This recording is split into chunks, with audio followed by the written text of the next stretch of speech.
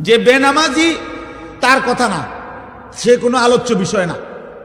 বেনামাজি যারা নামাজ পড়ে না ওই কোনো মানুষে না, ওরে কোনো কেউ গণা তো ধরে না, কোরআনের দৃষ্টিতে ওই কোনো মানুষ না। রাসূলুল্লাহ সাল্লাল্লাহু আলাইহি সাল্লামের হাদিসের দৃষ্টিতে যার কপালে সেজদা নাই ওই কোনো মানুষের বাচ্চা না, ওই জানোয়ার। এই জন্য ওরে কোনো হিসাব ধরে লাভ নেই। বেনামাজি ওই কোনো গণার মানুষ না। এই জন্য কোরআন শরীফে আছে, আল্লাহ বলছে ফজরের নামাজে আমার ফেরেশতা এবং আমার ইমানদার বান্দাদের সমাবেশ হয়। তার মানে বেনামাজিকে আল্লাহ তাআলা বান্দাই গণার ধরে না। ধুর তুই পাগল, ফালতু কোথাকার বেটা, তুই আটশো ভাত খাইতি ভাত খাবে না, আটশো দুনিয়ায় ঘুম যাইতি যা ঘুম যা বেটা নাফরমান। আটশো পেশাব পায়খানা ধরলে পেশাব পায়খানা করবি, খাইবি, ঘুমাইবি, যৌন চাহিদা পূরণ করবা, খালাস, এরই নাম জিন্দিগি। এ তো জানোয়ারের জিন্দিগি। এক জানোয়ারও গরু ছাগল কুকুর বিড়ালও খায়, ঘুমায়, পেশাব পায়খানা করে, যৌন চাহিদা পূরণ করে। এজন্য গরু ছাগল কুকুর বিড়ালেরও বাচ্চা কাচ্চা হয়, হয় না? তাহলে বোঝা গেল তারও যৌন চাহিদা কি হয়? পূরণ। তাহলে এই জন্য নামাজবিহীন জিন্দিগি মানুষের জিন্দিগি না, বেনামাজি মানুষ না। বেনামাজি চতুষ্পদ জন্তু, শুধু এ দুইটা ঠ্যাং কম, এতটুকুই তফাৎ। মূলত যার কপালে সেজদা নাই সে শয়তান, যার কপালে সেজদা নাই সে রাজিম, অভিশপ্ত। যার কপালে সেজদা নাই তার উপরে কিয়ামত পর্যন্ত আল্লাহর লানত। তিনটাই কোরআন শরীফ থেকে বলছে। আল্লাহ তাআলা ইবলিসকে তিনটা কথা বলছে, ইবলিস তুই আমারে সেজদা দিলি না, আজকের থেকে তুই শয়তান। এর আগে ইবলিসকে শয়তান বলতো না, এর আগে ইবলিস শয়তান ছিল না, সে মুআল্লিমুল মালাইকা ছিল, ফেরেশতাদের শিক্ষক। যেদিন থেকে সেজদা দেয় নাই সেদিন থেকে শয়তান। আল্লাহ বলছে ফাখরুজ ফা ইন্নাকা রাজিম, ইবলিস তুই আমারে সেজদা দিলি না, বের হ, তুই অভিশপ্ত, রাজিম। আউযু বিল্লাহি মিনাশ শাইতানির রাজিম। এ আল্লাহ বলছে যেদিন সেজদা দেয় নাই সেদিন থেকে আল্লাহ বলছে তুমি আজকের থেকে ফা ইন্নাকা রাজিম, তুমি অভিশপ্ত। আল্লাহ বলছে ওয়া ইন্না আলাইকাল লানাতা ইলা ইয়াউমিদ্দিন, ইবলিস তুই আমারে সেজদা দিলি না, আজকের থেকে নিয়ে কিয়ামত পর্যন্ত তোর উপরে আমি আল্লাহর লানত। এজন্য সেজদাবিহীন নাফরমানের উপরে আল্লাহর লানত। কতক্ষণ? প্রতিদিন 2 ঘন্টা। কথা বলেন না? 24 ঘন্টা নাফরমান, তোর উপরে আল্লাহর লানত, তোর খোদার গজব তোর উপরে। ওই নাফরমান সুখ মিলবে না, বাতের থালায় সুখ না, সোফার খাট পালঙে সুখ মিলে না, দালান বিল্ডিং এ সুখ মিলে না, মোবাইলের ওই নর্তকীর ছবি আর নারীর ছবিতে সুখ নাই। কোন নাফরমান আল্লাহর নাফরমানি করে সুখ পায় না। বেঈমান কখনোই সুখ হয় না, কোন সুখ নেই, অতৃপ্ত। লোনা জলে তৃষ্ণা মেটে না, যে পানি লবণাক্ত ওই পানিতে কোনোদিন তৃষ্ণা মেটে না। ঠিক গুনাহ কোনোদিন তৃপ্তি দেয় না। ওই দুশ্চরিত্র যুবককে জিজ্ঞেস করে দেখেন, কত লক্ষ নারী উলঙ্গ দেখলে তোমার তৃপ্তি হবে? সে বলতে পারবে না। সারা পৃথিবীর নারী ল্যাংটা উলঙ্গ করেও যাকে দেখাইলে তার শখ মিটবে না, সে আরো দেখতে চাইবে। কারণ গুনাহ কি দেয় না? তৃপ্তি। কিন্তু এক নারী হালাল স্ত্রী এক পুরুষের 60 বছর পার হয়ে যায়, এক পুরুষের 70 বছর পার হয়ে যায় একজন পবিত্র স্ত্রী দিয়ে। কারণ হালাল যে। এক গ্লাস পানিতে তৃপ্তি হয়ে যায় তৃষ্ণার্ত। এক সাগর মদ পান করিলেও এই মদখোর, নেশাখোর, গাঞ্জাখোর, ফুট্টাখোর, বাবাখোর, এই ডাইলখোর, হারামখোরের তৃপ্তি হয় না। এক সাগর মদও যদি খায় এই হারামখোরের কোনো তৃপ্তি নেই। কারণ গুনাহ কি দেয় না? তৃপ্তি। এটা একটা গুরুত্বপূর্ণ মূলনীতি, মনে রাখবে। লোনা জলে তৃষ্ণা মেটে না। কি কইছি কোন? হ্যাঁ, ঠিক গুনায় কি আসে না? তৃপ্তি আসে। তৃপ্তি আসে না। কোন নাফরমান, সুদখোর, এই কিস্তিখোর, হারামখোর, এগুলো একটাও সুখে না। দুনিয়া তারে রাক্ষসের মতো কামড়াইয়া খায়, তার সারাক্ষণ শুধু অস্থিরতাই থেকে যায়। দুনিয়া দুনিয়া লাইয়ামলা আফাহু ইল্লা তুরাব। আল্লাহ বলে নাফরমানের পেট ভরবে না, মুখ ভরবে না। লাইয়ামলা আফাহু, তার মুখ ভরবে না, ইল্লা তুরাব, কবরের মাটি মারা পর্যন্ত, কবরের মাটি ফেলা পর্যন্ত তার মুখ ভরবে না। রাসূলুল্লাহ সাল্লাল্লাহু আলাইহি ওয়াসাল্লাম বলছেন, গুনাহ তৃপ্তি দেয় না, হারাম তৃপ্তি দেয় না। প্রিয় বন্ধু আমার, নওজোয়ান সাথী আমার, এক ভাইও যদি বুঝে থাকো ভাইয়া, তো আমি তুমি একজনের জন্যই মনে করো বললাম, গুনাহ তৃপ্তি দেয় না। সারা রাত অশ্লীল উলঙ্গ ছবি, মোবাইলের এই নাচ গান, এটা কশ্চিন কালেও সুখ দিবে না। বেপর্দা নারী একটাও সুখে নাই। দেখেন বেডিরে জিগান যে আপনি যে সাজলেন, বাইরে হইলেন, কতজন বেড়ই দেখলে আপনি তৃপ্তি হবে? আপনি একটা হিসাব দেন, সে বলতে পারবে না। এজন্য বেহায়া নারী তৃপ্তি পায় না, স্বস্তি পায় না। কোন গুনাহ আমি করি আর আপনি করেন, কোন গুনাহ কাউকে সুখ দেয় না, গুনাহ কাউকে তৃপ্তি দেয় না। বাপ, এটা বুঝা উচিত। আল্লাহ আমাদেরকে বুঝার তৌফিক দান করেন। তাইলে বুঝাইতে চাইলাম, তাতফিফ, আল্লাহর হক বান্দার হক, এক্ষেত্রে ঘাটতি করা, এটার জন্য জাহান্নাম। তাহলে নামাজের কথা বলতে গিয়ে বললাম, নামাজ যে পড়ে তার কথা বলছিলাম। বেনামাজি হিসাবে নাই, ওই ফালতুরে কোনো গণাতে ধরে না কেউ। ইসলাম তাকে কোনো মানুষে মনে করে না। বেনামাজি ওটা খায় দায় ঘুমায়। কুলু ওয়া তামাত্তাউ কালিলান ইন্নাকুম মুজরিমুন। আল্লাহ বলে নাফরমান, ঠিক আছে, কিছু সময়ের জন্য দুনিয়া খাও, ভোগ করো, বাকি মনে রাখো তুমি কিন্তু পাপী। কথাবার্তা পরে হবে, ফিডা টাঙ্গাইয়া ফিটমু আমি আল্লাহ। তুমি কি মনে করছো? ফায়াউমা ইদিল্লা ইউআযিবু আযাবাহু আহাদ ওয়ালা ইউসিকু ওয়াসাকাহু আহাদ। কোরআন শরীফে আছে নাফরমান, আল্লাহ বলে নাফরমান মনে রাখিস, হাসরের ময়দানে আমি তোকে যেই আযাব দেব, এমন শাস্তি তোরে জীবনে কেউ দেয় নাই। এই আয়াতের অর্থ আপনি দেখে নিন। ওয়ালা ইউসিকু ওয়াসাকাহু আহাদ। আল্লাহ বলছে নাফরমান তোকে এমন বাধা বাঁধবে, আমার ফেরেশতারা এমন শক্ত বাধা, বেঈমান, তোরে দুনিয়ার জীবনে কেউ বাঁধে নাই। তুই আমার কি ভাবছো বান্দা? তুমি আমারে মনে করছো রহমান, রাহিম, গফফার, গফুর, এগুলোই শুধু শুনছো না? আমি যে জব্বার, আমি যে কাহ্হার, আমি যে আজিজ, আমি যে জুনতিকাম, এগুলো শুনো নাই? আমার যে আরো নাম আছে, এটি শুনো নাই? আমি যে কঠিন শাস্তিদাতা, আমি যে চূড়ান্ত প্রতিশোধ গ্রহণকারী, আমি যে খুব দ্রুত হিসাবকারী, এগুলো শোনো নাই? আমি যে প্রবল প্রতাপান্বিত, এটা শোনো নাই? এটা জরুরি, এটা বুঝা জরুরি। মহান আল্লাহ পাক রব্বুল আলামিনের কথা। বান্দা তুমি ভুল কইরো না, দুনিয়া খাও, আমি বাধা দেব না।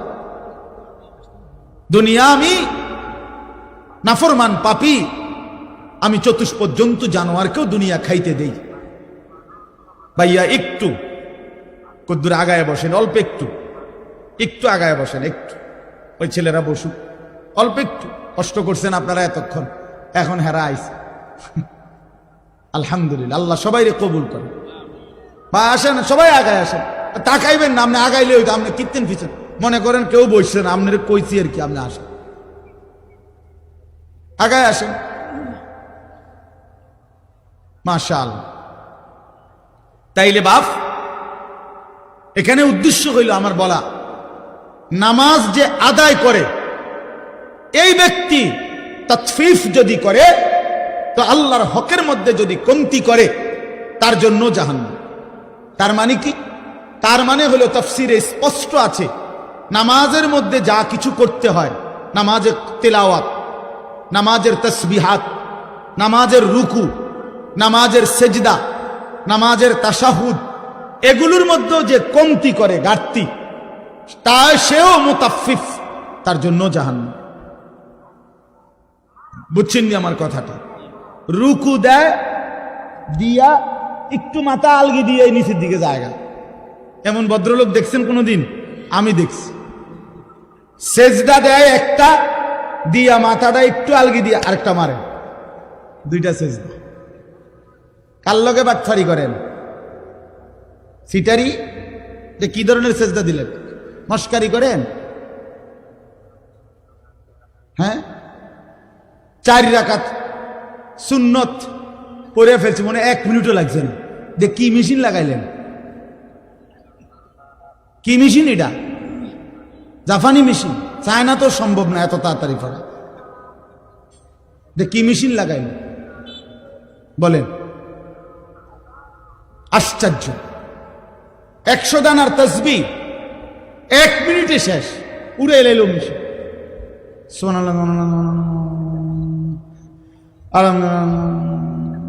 আল্লাহ, এটা কি ফাজলামি? এগুলো এটা মস্কারি না, এটা তামাশা না। রাসূলুল্লাহ সাল্লাল্লাহু আলাইহি ওয়াসাল্লাম এভাবে তাসবিহ পড়তেন। আম্মা জান আয়েশা রাদিয়াল্লাহু তাআলা আনহা বলেন, রাত গভীরে নবী সাল্লাল্লাহু আলাইহি ওয়াসাল্লাম এত লম্বা সেজদা দিতেন, মাঝে মাঝে আমি ভাবতাম নবী সাল্লাল্লাহু আলাইহি ওয়াসাল্লামের ইন্তেকাল হলো কিনা সেজদা অবস্থায়। এজন্য পায়ের পিছনে আঙ্গুলের মধ্যে আমি আঙ্গুল লাগাইয়া স্পর্শ করতাম তিনি জীবিত আছেন কিনা। আপনি এত লম্বা সেজদা না দেন, কিন্তু সুন্নাত মোতাবেক যেতটুকু সেজদা এটুকুও দিবেন না। 2 সেজদার মাঝখানে সোজা হইয়া বসা, এটা তো ওয়াজিব। রুকু থেকে সোজা হইয়া দাঁড়ানো, এটা তো ওয়াজিব, এটা ছেড়ে দিলেন। আর তাসবিহ এবং নামাজ এত দ্রুত কেমনে শেষ করলেন? আল্লাহ নবী সাল্লাল্লাহু আলাইহি সাল্লামের হাদিস আমি নিজে পড়াইছি বাপ। নবী সাল্লাল্লাহু আলাইহি সাল্লাম বলছে, তিলকা সালাতুল মুনাফিক, তিলকা সালাতুল মুনাফিক, তিলকা সালাতুল মুনাফিক। 3 বার বলছে একটা কথা। ওই নামাজ মুনাফিকের নামাজ, ওই নামাজ মুনাফিকের নামাজ, ওই নামাজ মুনাফিকের নামাজ। কামা ফানাক্কারা আরবাআন লা ইয়াযকুরুনাল্লাহা ইল্লা কালিলা। নবীজি বলেন, যে দাঁড়াইলো আর 4 রাকাত নামাজ যেন 4টা ঠোকর মারলো, ঠিক মতো আল্লাহর জিকির তাসবিহগুলো আদায় করলো না, এটা মুনাফিকের নামাজ। মুনাফিকের নামাজ, ইমানদারের নামাজ না। কোরআন শরীফে আল্লাহ তাআলা স্পষ্ট, কোরআন শরীফে আছে মুনাফিকের প্রথম চিহ্ন। মুনাফিকের হাদিসেও চিহ্ন আছে, কোরআনেও আছে। আল্লাহ তাআলা বলছে মুনাফিকের 1 নম্বর চিহ্ন কি? কোরআনে বলছে, ওয়া ইযা কামু ইলাস সালাতি কামু কুসালা। মুনাফিক কাকে বলে? আল্লাহ কোরআনে বলছে তারা যারা নামাজ আদায় করে অলস ভাবে। নামাজ পড়ে না এটা না, আগেই বলছি, যে নামাজ পড়ে না তারে কোনো কি নাই, তে কিচ্ছুই না। তে ফায়জামাও না, ফ্যানও না, হাফ প্যান্টও না, ফুল প্যান্টও না, এটা প্লাস্টিক, এটা বাদ, আগেই বাদ।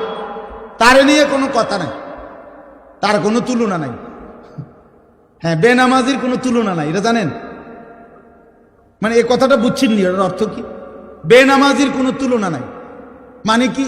মানে বেনামাজিকে কোনো জানোয়ারের সাথেও তুলনা দিলে ওই জানোয়ারকে অপমান করা। হ্যাঁ, এই জন্য আল্লাহ বলে দিছে বালহুম আদাল, বরং সে জানোয়ারের চাইতো নিকৃষ্ট। এই জন্য বেনামাজির কোনো তুলনা নাই। তারে ছাগল বললে ছাগল প্রতিবাদ করবে। মহান আল্লাহ কি কারণে আমার সাথে তারে তুলনা দিল কি লেগে? যদি এমন হইতো আমারও সেজদার যোগ্যতা দিছেন, তারেও দিছেন, কিন্তু আমিও দেই না, সেও দেয় না, তাইলে না মিলতো? কথা বোঝেন নাই? এ প্রতিবাদ করবে। কুকুর বললে কুকুরে প্রতিবাদ করবে। কুকুর বলবে মহান আল্লাহ পরারে বলেন আমার লগে তুলনা দিল কেন এই নাফরমান লোক? আমারে আপনি তো সেজদার যোগ্যতাই দেন নাই, তাকে তো দিছেন। কথাটা উড়াই দিয়েন না নিজেরে। বাদ দুগা খাইতে আনলে, মোবাইল টিপতে আনলে, কয়টা টাকা কামাই করলে আর কদ্দুর বইয়ের টেলিভিশন চাইতে আনলে চালাক মনে করেন না। ভাত খাওয়া কোনো অবাক কিছু না। পৃথিবী ভোগ করা এটা কোনো আশ্চর্য, খুব মারাত্মক কিছু না।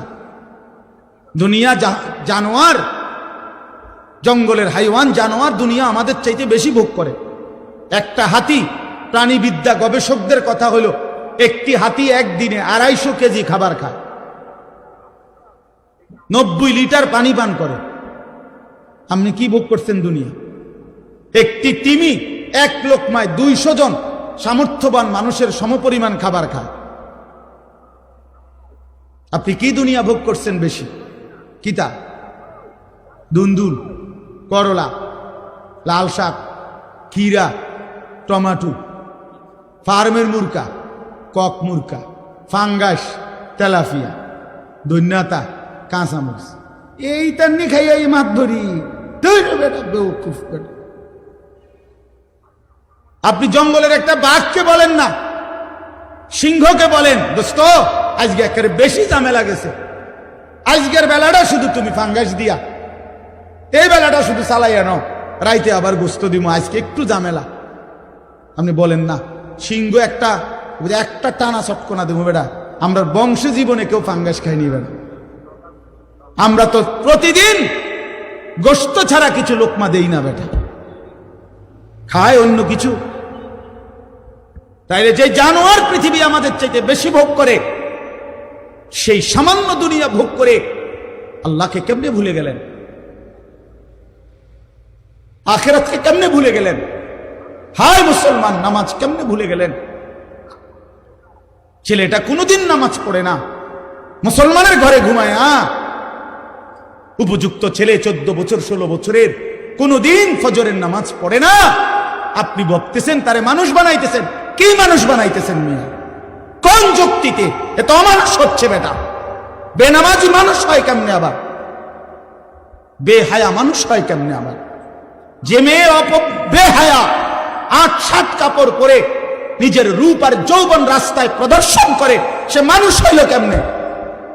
এ তো হাজারো লক্ষ বখাটে যুবকের ভোগের উপভোগের প্রদর্শনীর এক বস্তু হইছে। সে ইজ্জতওয়ালা, সম্ভ্রমওয়ালা, আত্মমর্যাদা সম্পন্ন নারী হইল কিভাবে? মানুষ বানায়, মানুষ বানায় শুধু রেজাল্টের কাগজ, A+ কাগজ, এইটার সার্টিফিকেট, এটাই শুধু মানুষ না মিয়া। আখলাককে মানুষ বলে। মানুষ সার্টিফিকেটকে বলে না, মানুষ আখলাককে বলে। আখলাক, জিন্দিগির নাম মানুষ, জীবনের নাম মানুষ, আখলাকের নাম মানুষ, চরিত্রের নাম মানুষ, হায়া লজ্জার নাম মানুষ, ইনসানিয়তের নাম মানুষ, আল্লাহকে চিনার নাম মানুষ, মালিকের গোলামি করার নাম মানুষ। এজন্য দোস্ত আমার, বন্ধু আমার, বলতেছিলাম নামাজের মধ্যে, আদায়ের মধ্যেও যারা গাফলতি করে তাদের জন্য জাহান্নাম। তাইলে রুকু, সেজদা, সূরা, কেরাত, দোয়া, কালাম, এই সমস্ত ক্ষেত্রে অবশ্যই অবশ্যই খেয়াল রাখতে হবে, ঠিক করতে হবে। আপনার সূরা কেরাত আজীবন অশুদ্ধ, আমনে নামাজ পড়েন, মানসে না কয় আমনে নামাজ পড়েন, আমনে না বলেন আমনে নামাজ পড়েন, আখিরাতের দৃষ্টিতে তো এই নামাজ হয় না। বুঝেন নাই আমার কথা? হবে না তো নামাজ। আপনি স্কুলে পড়ছেন দেখে আপনার অশুদ্ধ কোরআন, জি না, এটা এমন কোনো মূলনীতি নাই যে হুজুর আমি স্কুলে, আমরা জেনারেল শিক্ষিত, অতএব আমাদের সূরা কেরাত অশুদ্ধ হলেও চলবে। এই ফয়সালা কোথায়? এই রেজুলেশন হয়েছে কোন জায়গা? জাতিসংঘে। কে তাহলে এই সিদ্ধান্ত দিল কে? কোন ব্যক্তি জেনারেল শিক্ষিত হলে, অথবা ছোটবেলায় পড়ালেখা করে নাই, মূর্খ মানুষ, তা আমি কির মূর্খ? আপনি সরু সরে আনা লিখতারেন না, দুনিয়া চিনেন না কোনটা? ভাতের থালাও চিনেন, রুটির থালাও চিনেন, মাছও চিনেন, গোশতও চিনেন, বেড়াও চিনেন, বেড়িও চিনেন, রাতও চিনেন, দিনও চিনেন, হাসিও চিনেন, কান্নাও চিনেন, বিএসও বোঝেন, সিএসও বোঝেন, আরএসও বোঝেন, খতিয়ানও বোঝেন, কোরআন দিয়ে কারে ফেস লাগাইতে হবে এটাও বোঝেন, 14 গোষ্ঠীর সব বোঝেন, শুধু আখিরাত বোঝেন না। হ্যাঁ, কি বুঝাইতে চান আপনি? আখিরাত বোঝেন না, আপনি নামাজ বোঝেন না, আপনি আল্লাহর কোরআন বোঝেন না। কেন বুঝলেন না? আপনি বোঝেন না কোনটা? বাপ, হাত জোর করে অনুরোধ, দিন শিখতেই হবে আপনাকে। সবাই নিয়ম মাফিক মাদ্রাসার সবগুলো ক্লাস পড়া জরুরি না, কথা বোঝেন নাই, কিন্তু চলনসই আখিরাতে মুক্তি পাবেন এতটুকু দিন শিখা, এতটুকু সূরা কেরাত, দোয়া, কালাম, ওযু, নামাজ, হজ, যাকাত ঠিক করা, এটা জরুরি। এখানে খামখেয়ালি করলে তার আপনি ইউনিভার্সিটি পড়েন, কোনো আপত্তি নেই, একেবারে হিমালয় পর্বতের উচ্চতা পর্যন্ত যুবক তোমার সার্টিফিকেট হোক, কোনো মানা নাই। তোমার সার্টিফিকেট পৃথিবীর সবচেয়ে বড় সার্টিফিকেট হোক, কোনো মানা নাই। তো আল্লাহর কোরআন পড়তে পারো না কেন? 16 বছরে মুসলমান সন্তান কিংবা বাপ কারো মনে পড়লো না আল্লাহর কোরআনের কথা? কি নাফরমান ওই বাপ, কি নাফরমান ওই সন্তান, যে বাপেরও কোনোদিন মনে পড়লো না আমি সন্তান আমার মুসলমান, 16টা বছর আমি এই সন্তানের পিছনে কত লক্ষ কোটি টাকা খরচ করলাম, অথচ আমার সন্তান আল্লাহর কোরআন পড়তে পারে না। এই সন্তানও বলল না একটাবার আমারে আপনি কি ফরাইলেন বাপ, আমি কেন আমার মালিকের কালাম পড়তে পারি না? বলেন, বলেন আমার কথা, ইনসাফ করে জবাব দেন, বিবেককে প্রশ্ন করেন। এই মাদ্রাসাগুলো চারদিকে হচ্ছে, আপনারা ভাইবেন না। আপনাদের এক সহজ হিসাব, আপনি বলবেন শুধু এত মাদ্রাসা হচ্ছে কেন? আপনি বলতে পারবেন শুধু এত মাদ্রাসার কি দরকার? আপনার দরকার না থাকুক, আর শাজিমের মালিকের দরকার, আসমানওয়ালার দরকার দেখে বানাইছে। যিনি তৌফিক দিছে তিনি বুঝাই তৌফিক দিছে। অতএব এটা জরুরি বিষয়, আগামীর দিন, আগামীর ইসলামের জন্য, আগামীর পৃথিবীর জন্য ইনশাআল্লাহ আমরাও আশাবাদী। মুসলমানের মহল্লাকে মহল্লায় এই পরিমাণ মাদ্রাসা আলহামদুলিল্লাহ হইছে যে এই সময়ে বাপ আমার হাত জোর করা অনুরোধ, হাতের নাগালে মাদ্রাসা, হাতের নাগালে কোরআন শিখার সহজ ব্যবস্থা, এই অবস্থায় যদি কোরআন অশুদ্ধ নিয়ে কবরে যান, আল্লাহর কসম আপনি আগের আমলের মানুষের চাইতে ফিডা বেশি খাবেন। আমার কথাটা আগে 10 গ্রাম মিল্লা হয়তো 100 মাইল দূরে মাদ্রাসা ছিল, সবাই হয়তো বলতে পারে আমার সুযোগ ছিল না, যাইতারি নাই। এখন কি কইবেন? এখন কি বলবেন? এই রাস্তার থেকে ওই মাসা পর্যন্ত কয়টা মাদ্রাসা রাস্তার দোনো পাশে, এখন আপনি কি বলবেন? এখন কোন যুক্তিতে এই 10 হাত পর্যন্ত গিয়েও 10টা সূরা ঠিক করতে পারলেন না? বলেন ভাই, কোনো জবাব দিতে পারবে? আমরা বলি না স্কুল ছেড়ে দাও, বলি না কলেজ ছেড়ে দাও, একটু সময় বাইর করো, শুক্রবারে একটু সময় দাও, শনিবারে একটু সময় দাও, একটু সময় হোক না। আল্লাহর কোরআন সহজ, আল্লাহর কোরআন সহজ। আপনার ছেলেটাকে কোরআন থেকে কেন বঞ্চিত করলেন? আল্লাহ থেকে বঞ্চিত করে তারে সুখ দিবেন কেমনে? রাসূল থেকে বঞ্চিত করে তারে সুখ দিবেন কেমনে? এই বাপ, কার হাতে তুলে দিয়ে গেলেন তারে? কার হাতে? আপনি তো কবরে চলে যাবেন, আগামী সন্তানটাকে কার হাতে দিয়ে গেলেন? আমি বললে আমার লাভ। আল্লাহর কথা বলবার জন্য, শুনবার জন্য সংখ্যা কোনো বিষয় না, কতজন এটা কোনো বিবেচ্য বিষয় না। আল্লাহর কথা বলতে পারা এটাও সৌভাগ্য, শুনতে পারা এটাও সৌভাগ্য। এখানে এটাই মূল বিষয়, মালিকের কথা আমি বলতে পারছি কিনা, হোক সেটা একজনের জন্য। ফাওয়াল্লাহি লা আন ইয়াহদিয়াল্লাহু বিকা রাজুলান ওয়াহিদান খায়রুন লাকা মিন হুমুরিন নাআম। আল্লাহ নবী সাল্লাল্লাহু আলাইহি ওয়াসাল্লাম বলেন, একটা রেহাল আনাই, রেহাল বাচ্চাদের। এই বাবা তোমরা একটা রেহাল নিয়ে আসো, প্লাস্টিকের যে রেহাল কোরআন শরীফ রাখে, যে মাদ্রাসা ছাত্র নি তোমরা, যাও, ওই কাঠের গুলা না, প্লাস্টিকের গুলো।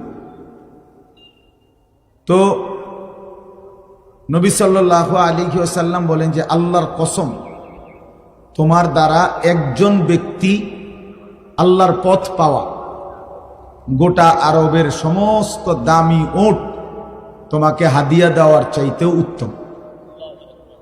রজুলান ওয়াহিদা, একজন মাত্র। তাহলে এর দ্বারা বোঝা গেল একজন মানুষের পরিবর্তনের আশাতেও বলা উচিত, চেষ্টা করা উচিত যে হোক আমার জিন্দিগির মেহনত দ্বারা আল্লাহর একজন বান্দাই আল্লাহর পথে ফিরছে।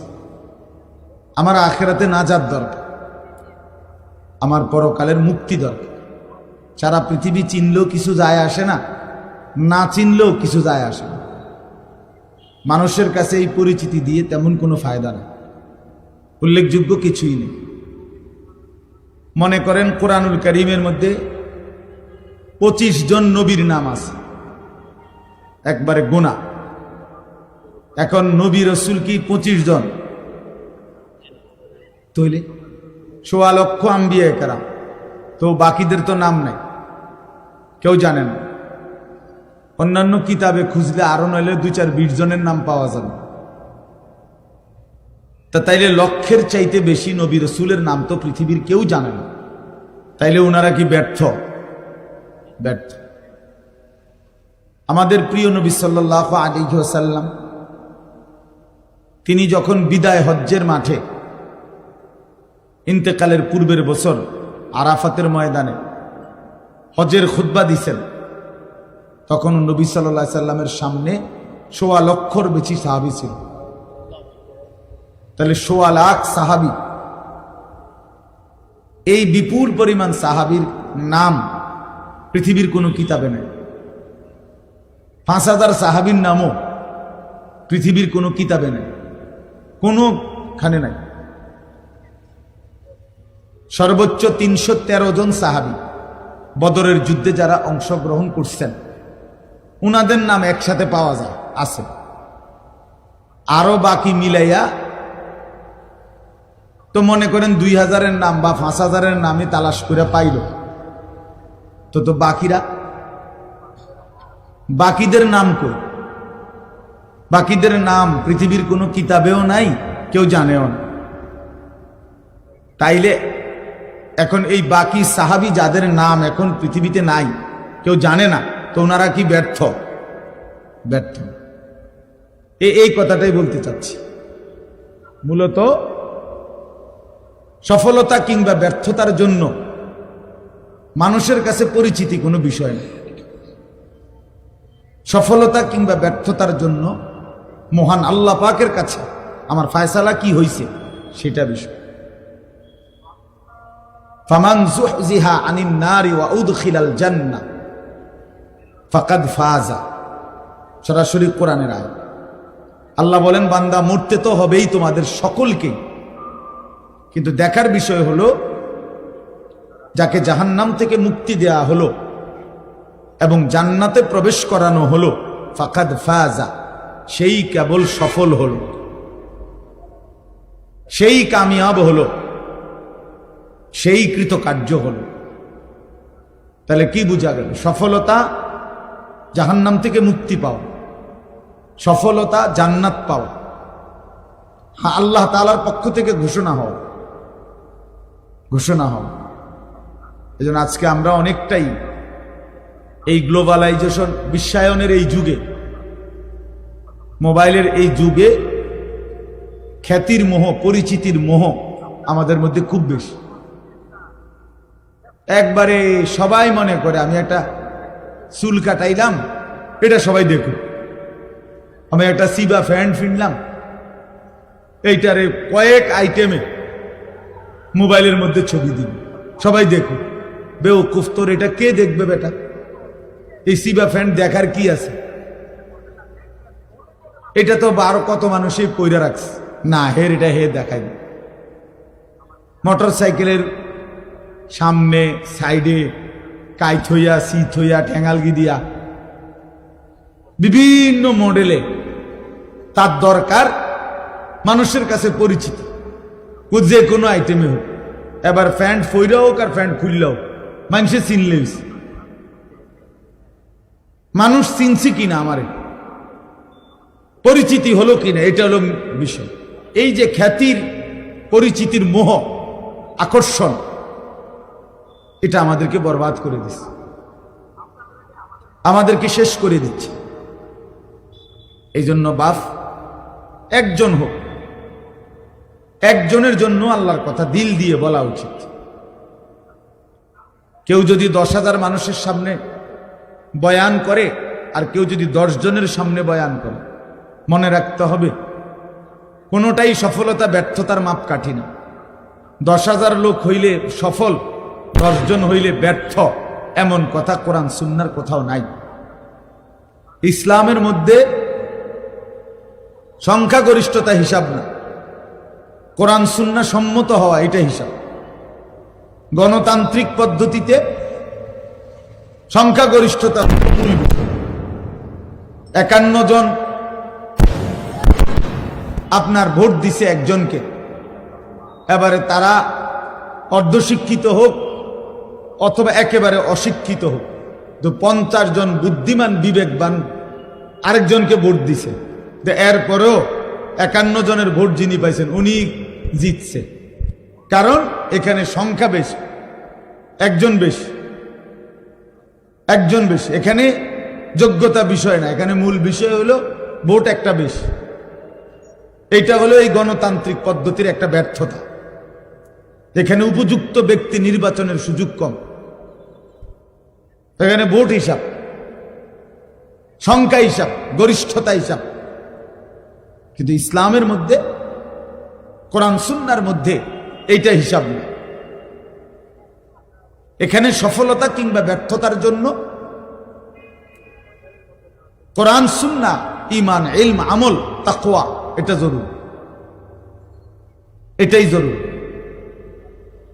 হযরত বেলাল রাদিয়াল্লাহু তাআলা আনহু তিনি প্রচন্ড কালো ছিলেন, কিন্তু কোরআনুল কারীম আল্লাহ তাআলা বেলালকে বলছেন সবচেয়ে সম্মানিত আল্লাহর নিকট যে ব্যক্তি, তার মধ্যে অন্যতম হযরত বেলাল, অথচ প্রচন্ড কালো।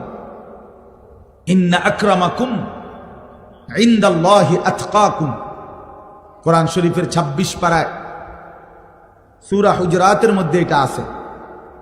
আল্লাহ বলছেন আল্লাহর নিকট সবচেয়ে সম্মানিত ওই ব্যক্তি যে সবচেয়ে বড় মুত্তাকি, তাকওয়াবান, আল্লাহ ভীরু, গুনাহ থেকে পবিত্র থাকে, নেক আমলে অভ্যস্ত থাকে, তারই বলে মুত্তাকি। তো এক্ষেত্রে সবচেয়ে বড় মুত্তাকি যে সবচেয়ে বেশি আল্লাহ ভীরু, গুনাহ থেকে মুক্ত, আল্লাহর ইবাদতে অভ্যস্ত, সে আল্লাহর নিকট সবচেয়ে দামি। তাফসীরের মধ্যে আছে এই আয়াত নাজিল হয়েছে হযরত বেলালের প্রশংসা, হযরত বেলালের জন্য প্রথম সম্বোধন উনাকে করছেন আল্লাহ, যে বেলাল আমি আল্লাহর নিকট সবচেয়ে দামি। তাহলে কালো নিগ্রু মানুষ তাকওয়ার কারণে, ঈমানের কারণে আল্লাহর কাছে সবচেয়ে দামি। আর এই যে আবু লাহাব, নবী সাল্লাল্লাহু আলাইহি সাল্লামের চাচা, এই বেটার মূল নাম হলো আব্দুল উজ্জা। এই আবু লাহাব তার মূল নাম না, তার নাম হলো আব্দুল উজ্জা, উজ্জার গোলাম। উজ্জা একটা মূর্তির নাম, দেবতা, ওই কুরাইশদের ছিল।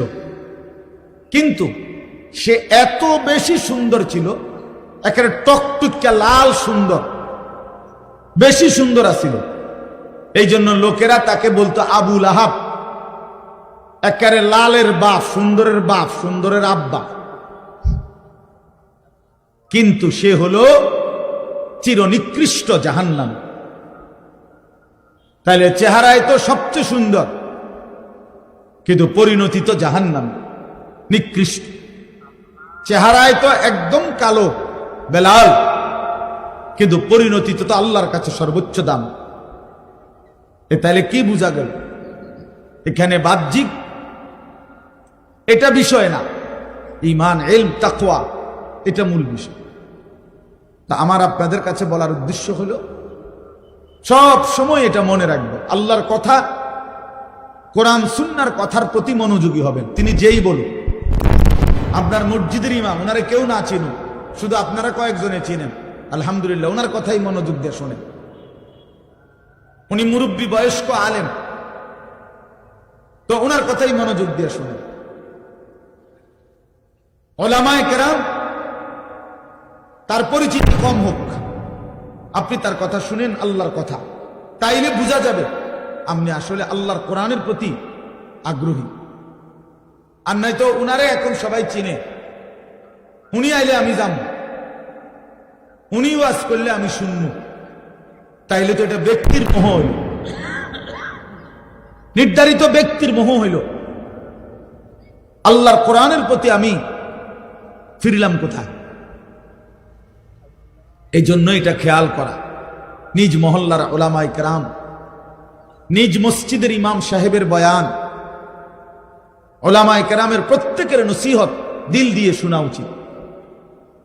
2 লাইনের কথার মধ্যেও হয়তো আমার জিন্দিগির বহুত বড় খোরাক আছে, সবক আছে।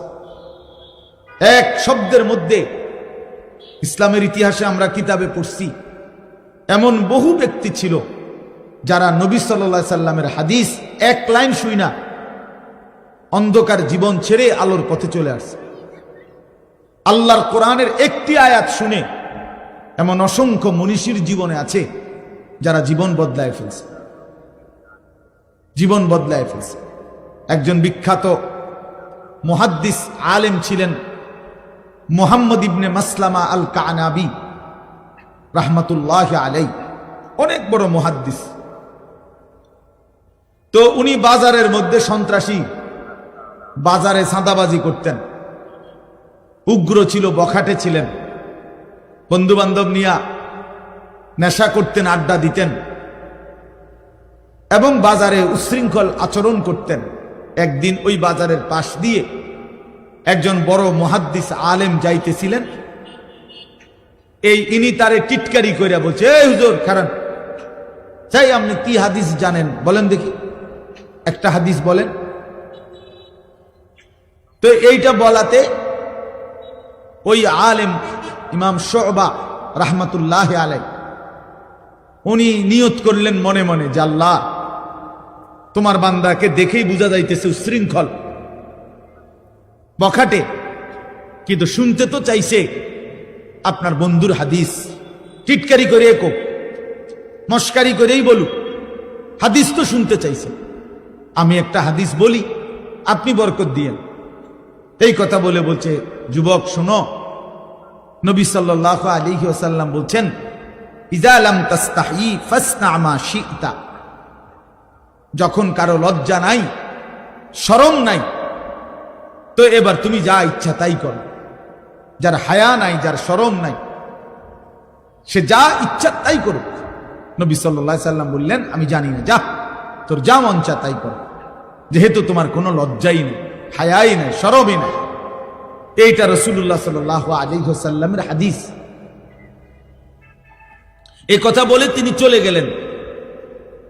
এই যুবক মুহাম্মদ ইবনে মাসলামা ওইখানেই বসে রইলেন। তো সাথের বন্ধুরা বললেন, উস্তাদ উঠতেন না, চলেন।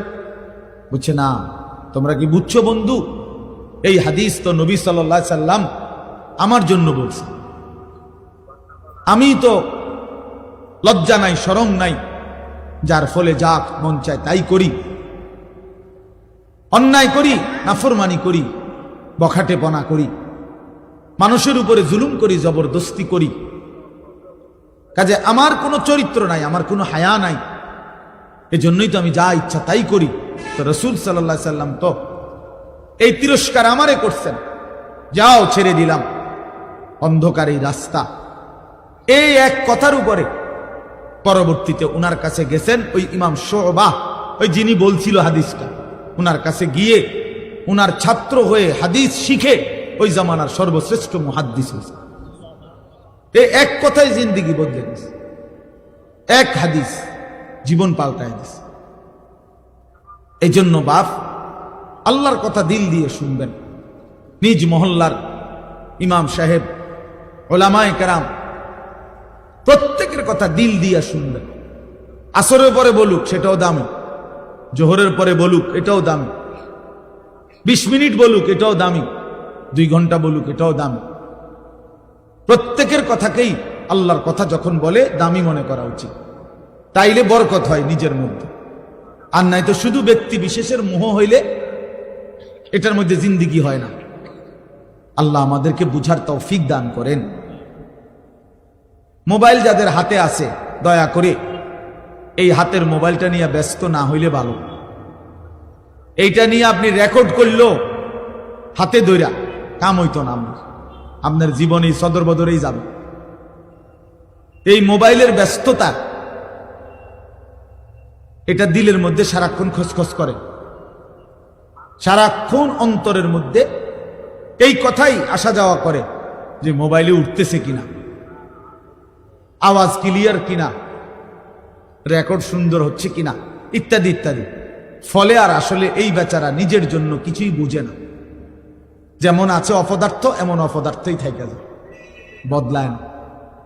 এজন্য 1 কোটি মোবাইলের ওয়াজের চাইতেও আল্লাহর কোনো বান্দার সরাসরি কথা শোনা 1000 কোটি গুণে বেশি উত্তম।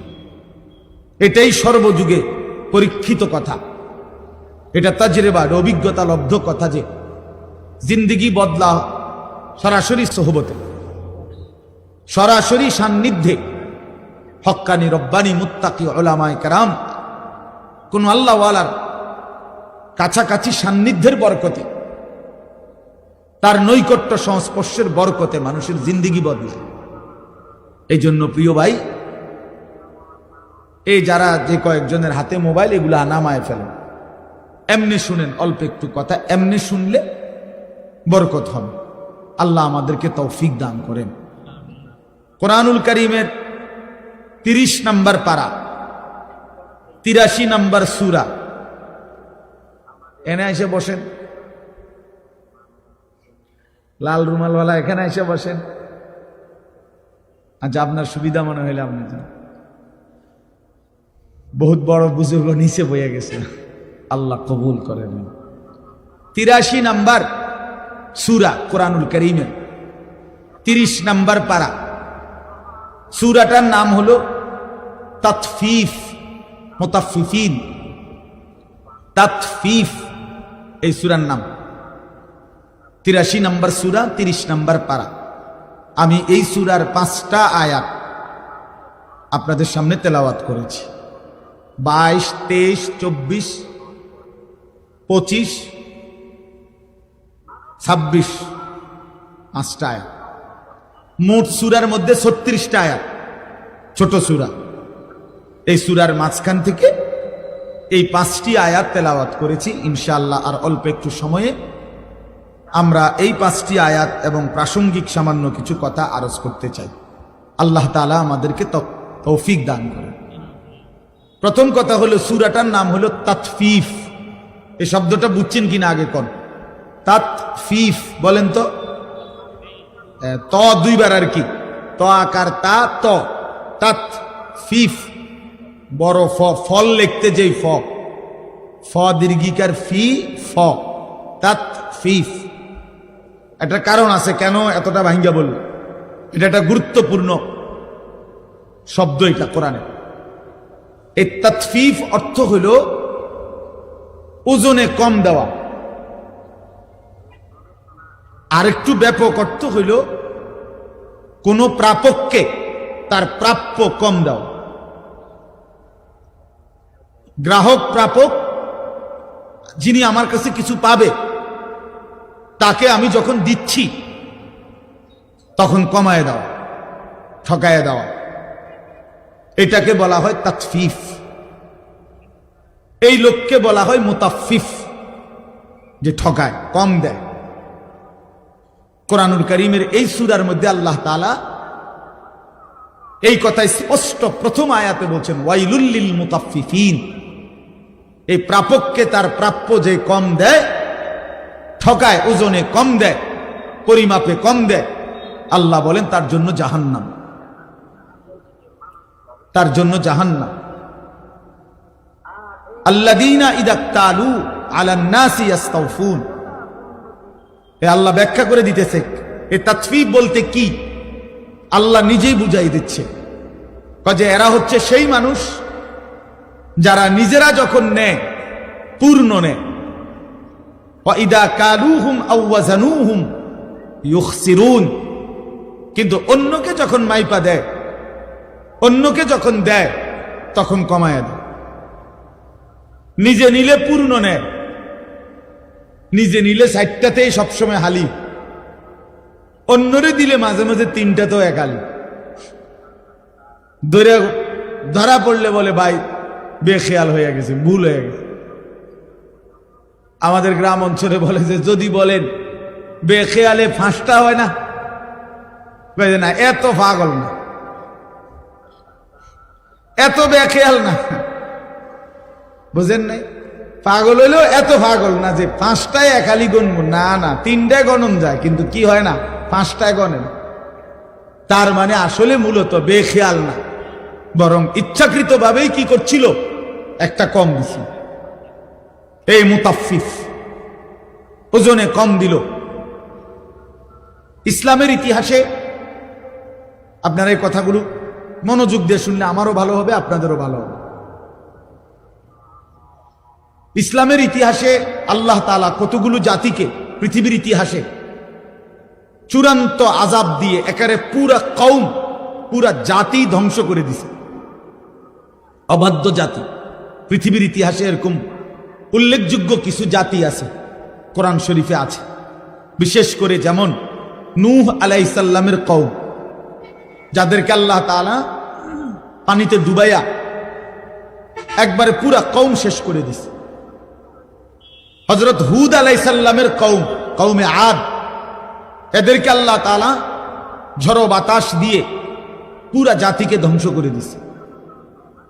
হযরত লূত আলাইহিস সালামের কওম, সম্প্রদায়, এদেরকে আল্লাহ তাআলা জমিন উল্টায়া জিন্দা মাটির নিচে, সাতবক জমিনের নিচে ফেলে আশ্রয়া শেষ করে দিছে পুরা জাতি।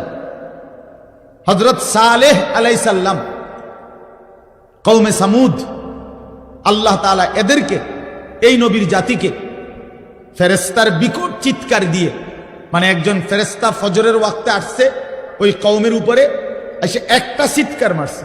যে বেনামাজি তার কথা না, সে কোনো আলোচ্য বিষয় না। বেনামাজি যারা নামাজ পড়ে না, ওই কোনো মানুষে না, ওরে কোনো কেউ গণাতো ধরে না, কোরআনের দৃষ্টিতে ওই কোনো মানুষ না। রাসূলুল্লাহ সাল্লাল্লাহু আলাইহি সাল্লামের হাদিসের দৃষ্টিতে যার কপালে সেজদা নাই, ওই কোনো মানুষের বাচ্চা না, ওই জানোয়ার। এই জন্য ওরে কোনো হিসাব ধরে লাভ নেই। বেনামাজি ওই কোনো গণার মানুষ না। এই জন্য কোরআন শরীফে আছে, আল্লাহ বলছে ফজরের নামাজে আমার ফেরেশতা এবং আমার ইমানদার বান্দাদের সমাবেশ হয়। তার মানে বেনামাজিকে আল্লাহ তাআলা বান্দাই গণার ধরে না। ধুর তুই পাগল, ফালতু কোথাকার বেটা, তুই 800 ভাত খাইতি, ভাত খাবে না। 800 দুনিয়ায় ঘুম যাইতি, যা ঘুম যা বেটা নাফরমান। 800 পেশাব পায়খানা ধরলে পেশাব পায়খানা করবি, খাইবি, ঘুমাইবি, যৌন চাহিদা পূরণ করবা, খালাস, এরই নাম জিন্দিগি। এ তো জানোয়ারের জিন্দিগি। এক জানোয়ারও গরু ছাগল কুকুর বিড়ালও খায়, ঘুমায়, পেশাব পায়খানা করে, যৌন চাহিদা পূরণ করে। এই জন্য গরু ছাগল কুকুর বিড়ালেরও বাচ্চা কাচ্চা হয়, হয় না? তাহলে বোঝা গেল তারও যৌন চাহিদা কি হয়, পূরণ। তাহলে এই জন্য নামাজবিহীন জিন্দিগি মানুষের জিন্দিগি না, বেনামাজি মানুষ না। বেনামাজি চতুষ্পদ জন্তু, শুধু এ 2টা ঠ্যাং কম, এতটুকুই তফাৎ। মূলত যার কপালে সেজদা নাই সে শয়তান, যার কপালে সেজদা নাই সে রাজিম, অভিশপ্ত। যার কপালে সেজদা নাই তার উপরে কিয়ামত পর্যন্ত আল্লাহর লানত। তিনটাই কোরআন শরীফ থেকে বলছে। আল্লাহ তাআলা ইবলিসকে 3টা কথা বলছে। ইবলিস, তুই আমারে সেজদা দিলি না, আজকের থেকে তুই শয়তান। এর আগে ইবলিসকে শয়তান বলতো না, এর আগে ইবলিস শয়তান ছিল না, সে মুআল্লিমুল মালাইকা ছিল, ফেরেশতাদের শিক্ষক। যেদিন থেকে সেজদা দেয় নাই সেদিন থেকে শয়তান। আল্লাহ বলছে ফখরুজ ফা ইন্নাকা রাজিম, ইবলিস তুই আমারে সেজদা দিলি না, বের হ, তুই অভিশপ্ত, রাজিম। আউযু বিল্লাহি মিনাশ শাইতানির রাজিম। এ আল্লাহ বলছে, যেদিন সেজদা দেয় নাই সেদিন থেকে আল্লাহ বলছে তুমি আজকের থেকে ফাইন্নাকা রাজিম, তুমি অভিশপ্ত। আল্লাহ বলছে ওয়া ইন্না আলাইকাল লানাতা ইলা ইয়াউমিদ্দিন, ইবলিস তুই আমারে সেজদা দিলি না, আজকের থেকে নিয়ে কিয়ামত পর্যন্ত তোর উপরে আমি আল্লাহর লানত। এজন্য সেজদা বিহীন নাফরমানের উপরে আল্লাহর লানত। কতক্ষণ? প্রতিদিন 2 ঘন্টা। কথা বলেন না? 24 ঘন্টা নাফরমান, তোর উপরে আল্লাহর লানত, তোর খোদার গজব তোর উপরে। ওই নাফরমান সুখ মিলবে না, বাতের থালায় সুখ না, সোফার খাট পালঙে সুখ মিলে না, দালান বিল্ডিং এ সুখ মিলে না, মোবাইলের ওই নর্তকীর ছবি আর নারীর ছবিতে সুখ নাই। কোন নাফরমান আল্লাহর নাফরমানি করে সুখ পায় না। বেঈমান কখনোই সুখ হয় না, কোন সুখ নেই। অতৃপ্ত, লোনা জলে তৃষ্ণা মেটে না। যে পানি লবণাক্ত ওই পানিতে কোনোদিন তৃষ্ণা মেটে না। ঠিক গুনাহ কোনোদিন তৃপ্তি দেয় না। ওই দুশ্চরিত্র যুবককে জিজ্ঞেস করে দেখেন, কত লক্ষ নারী উলঙ্গ দেখলে তোমার তৃপ্তি হবে? সে বলতে পারবে না। সারা পৃথিবীর নারী ল্যাংটা উলঙ্গ করেও যাকে দেখাইলে তার শখ মিটবে না, সে আরো দেখতে চাইবে। কারণ গুনাহ কি দেয় না? তৃপ্তি। কিন্তু এক নারী হালাল স্ত্রী এক পুরুষের 60 বছর পার হয়ে যায়, এক পুরুষের 70 বছর পার হয়ে যায় একজন পবিত্র স্ত্রী দিয়ে। কারণ হালাল যে। এক গ্লাস পানিতে তৃপ্তি হয়ে যায় তৃষ্ণার্ত। এক সাগর মদ পান করলেও এই মদখোর, নেশাখোর, গাঞ্জাখোর, ফুট্টাখোর, বাবাখোর, এই ডাইলখোর, হারামখোরের তৃপ্তি হয় না। এক সাগর মদও যদি খায় এই হারামখোরের কোনো তৃপ্তি নেই। কারণ গুনাহ কি দেয় না? তৃপ্তি। এটা একটা গুরুত্বপূর্ণ মূলনীতি, মনে রাখবে। লোনা জলে তৃষ্ণা মেটে না। কি কইছি কোন? হ্যাঁ ঠিক। গুনায় কি আসে না? তৃপ্তি আসে। তৃপ্তি আসে না। কোন নাফরমান, সুদখোর, এই কিস্তিখোর, হারামখোর, এগুলো একটাও সুখে না। দুনিয়া তারে রাক্ষসের মতো কামড়াইয়া খায়, তার সারাক্ষণ শুধু অস্থিরতাই থেকে যায়, থেকে যায়। দুনিয়া দুনিয়া লাইয়ামলা আফাহু ইল্লা তুরাব। আল্লাহ বলে নাফরমানের পেট ভরবে না, মুখ ভরবে না। লাইয়ামলা আফাহু, তার মুখ ভরবে না, ইল্লা তুরাব, কবরের মাটি মারা পর্যন্ত, কবরের মাটি ফেলা পর্যন্ত তার মুখ ভরবে না। রাসূলুল্লাহ সাল্লাল্লাহু আলাইহি ওয়াসাল্লাম বলছেন, গুনাহ তৃপ্তি দেয় না, হারাম তৃপ্তি দেয় না। প্রিয় বন্ধু আমার, নওজোয়ান সাথী আমার, এক ভাইও যদি বুঝে থাকো ভাইয়া, তো আমি তুমি একজনের জন্যই মনে করো বললাম।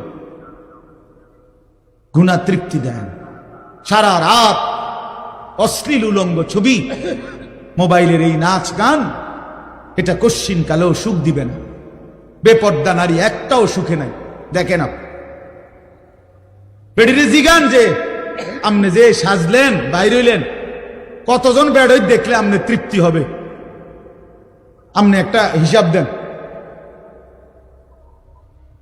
সে বলতে পারবে না। এজন্য বেহায়া নারী তৃপ্তি পায় না, স্বস্তি পায় না। কোন গুনাহ আমি করি আর আপনি করেন, কোন গুনাহ কাউকে সুখ দেয় না, গুনাহ কাউকে তৃপ্তি দেয় না। বাপ, এটা বুঝা উচিত। আল্লাহ আমাদেরকে বুঝার তৌফিক দান করেন। তাইলে বুঝাইতে চাইলাম, তাতফিফ, আল্লাহর হক, বান্দার হক, এক্ষেত্রে ঘাটতি করা, এটার জন্য জাহান্নাম। তাহলে নামাজের কথা বলতে গিয়ে বললাম, নামাজ যে পড়ে তার কথা বলছিলাম। বেনামাজি হিসাবে নাই, ওই ফালতুরে কোনো গণাতে ধরে না কেউ। ইসলাম তাকে কোনো মানুষে মনে করে না। বেনামাজি ওটা খায় দায় ঘুমায়। কুলু ওয়া তামাত্তাউ কালিলান ইন্নাকুম মুজরিমুন। আল্লাহ বলে নাফরমান, ঠিক আছে, কিছু সময়ের জন্য দুনিয়া খাও, ভোগ করো, বাকি মনে রাখো তুমি কিন্তু পাপী, কথাবার্তা পরে হবে, ফিডা টাঙ্গাইয়া ফিটমু আমি আল্লাহ। তুমি কি মনে করছো? ফায়াউমা ইদিল্লা ইউআযিবু আযাবাহু আহাদ ওয়ালা ইউসিকু ওয়াসাকাহু আহাদ। কোরআন শরীফে আছে নাফরমান, আল্লাহ বলে নাফরমান মনে রাখিস, হাসরের ময়দানে আমি তোকে যেই আযাব দেব এমন শাস্তি তোরে জীবনে কেউ দেয় নাই। এই আয়াতের অর্থ আপনি দেখে নিন,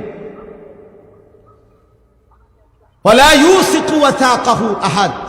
আল্লাহ বলছে নাফরমান তোকে এমন বাধা বাঁধবে, আমার ফেরেশতারা এমন শক্ত বাধা বেঈমান তোরে দুনিয়ার জীবনে কেউ বাঁধে নাই। তুই আমার কি ভাবছো বান্দা? তুমি আমারে মনে করছো রহমান, রাহিম, গফফার, গফুর, এগুলোই শুধু শুনছো না? আমি যে জব্বার, আমি যে কাহার, আমি যে আজিজ, আমি যে জুনতিকাম, এগুলো শুনো নাই? আমার যে আরো নাম আছে এটি শুনো নাই? আমি যে কঠিন শাস্তিদাতা, আমি যে চূড়ান্ত প্রতিশোধ গ্রহণকারী, আমি যে খুব দ্রুত হিসাবকারী, এগুলো শোনো নাই? আমি যে প্রবল প্রতাপান্বিত, এটা শোনো নাই? এটা জরুরি, এটা বুঝা জরুরি। মহান আল্লাহ পাক রব্বুল আলামিনের কথা। বান্দা তুমি ভুল কইরো না, দুনিয়া খাও, আমি বাধা দেব না। দুনিয়া আমি নাফরমান পাপী, আমি চতুষ্পদ জন্তু জানোয়ারকেও দুনিয়া খাইতে দেই। ভাইয়া একটু কদ্দুর আগায় বসেন, অল্প একটু, একটু আগায় বসেন, একটু ওই ছেলেরা বসুক, অল্প একটু কষ্ট করছেন আপনারা এতক্ষণ, এখন হেরা আইছে। আলহামদুলিল্লাহ, আল্লাহ সবাইরে কবুল করে। বা আসেন সবাই আগায় আসেন, তাকাইবেন না, আপনি আগাইলে হইতো আপনি কীর্তেন ফিরছেন, মনে করেন কেউ বসছেন, আপনার কইছি আর কি, আপনি আসেন, আগায় আসেন। মাশাআল্লাহ। তাইলে বাপ, এখানে উদ্দেশ্য হইল আমার বলা, নামাজ যে আদায় করে এই ব্যক্তি তাতফিফ যদি করে, তো আল্লাহর হকের মধ্যে যদি কমতি করে, তার জন্য জাহান্নাম। তার মানে কি? তার মানে হলো তাফসিরে স্পষ্ট আছে, নামাজের মধ্যে যা কিছু করতে হয়, নামাজের তেলাওয়াত, নামাজের তাসবিহাত, নামাজের রুকু, নামাজের সেজদা, নামাজের তাশাহুদ, এগুলোর মধ্যে যে কমতি করে, ঘাটতি, তা সেও মুতাফফিফ, তার জন্য জাহান্নাম। বুঝছেন নি আমার কথাটা?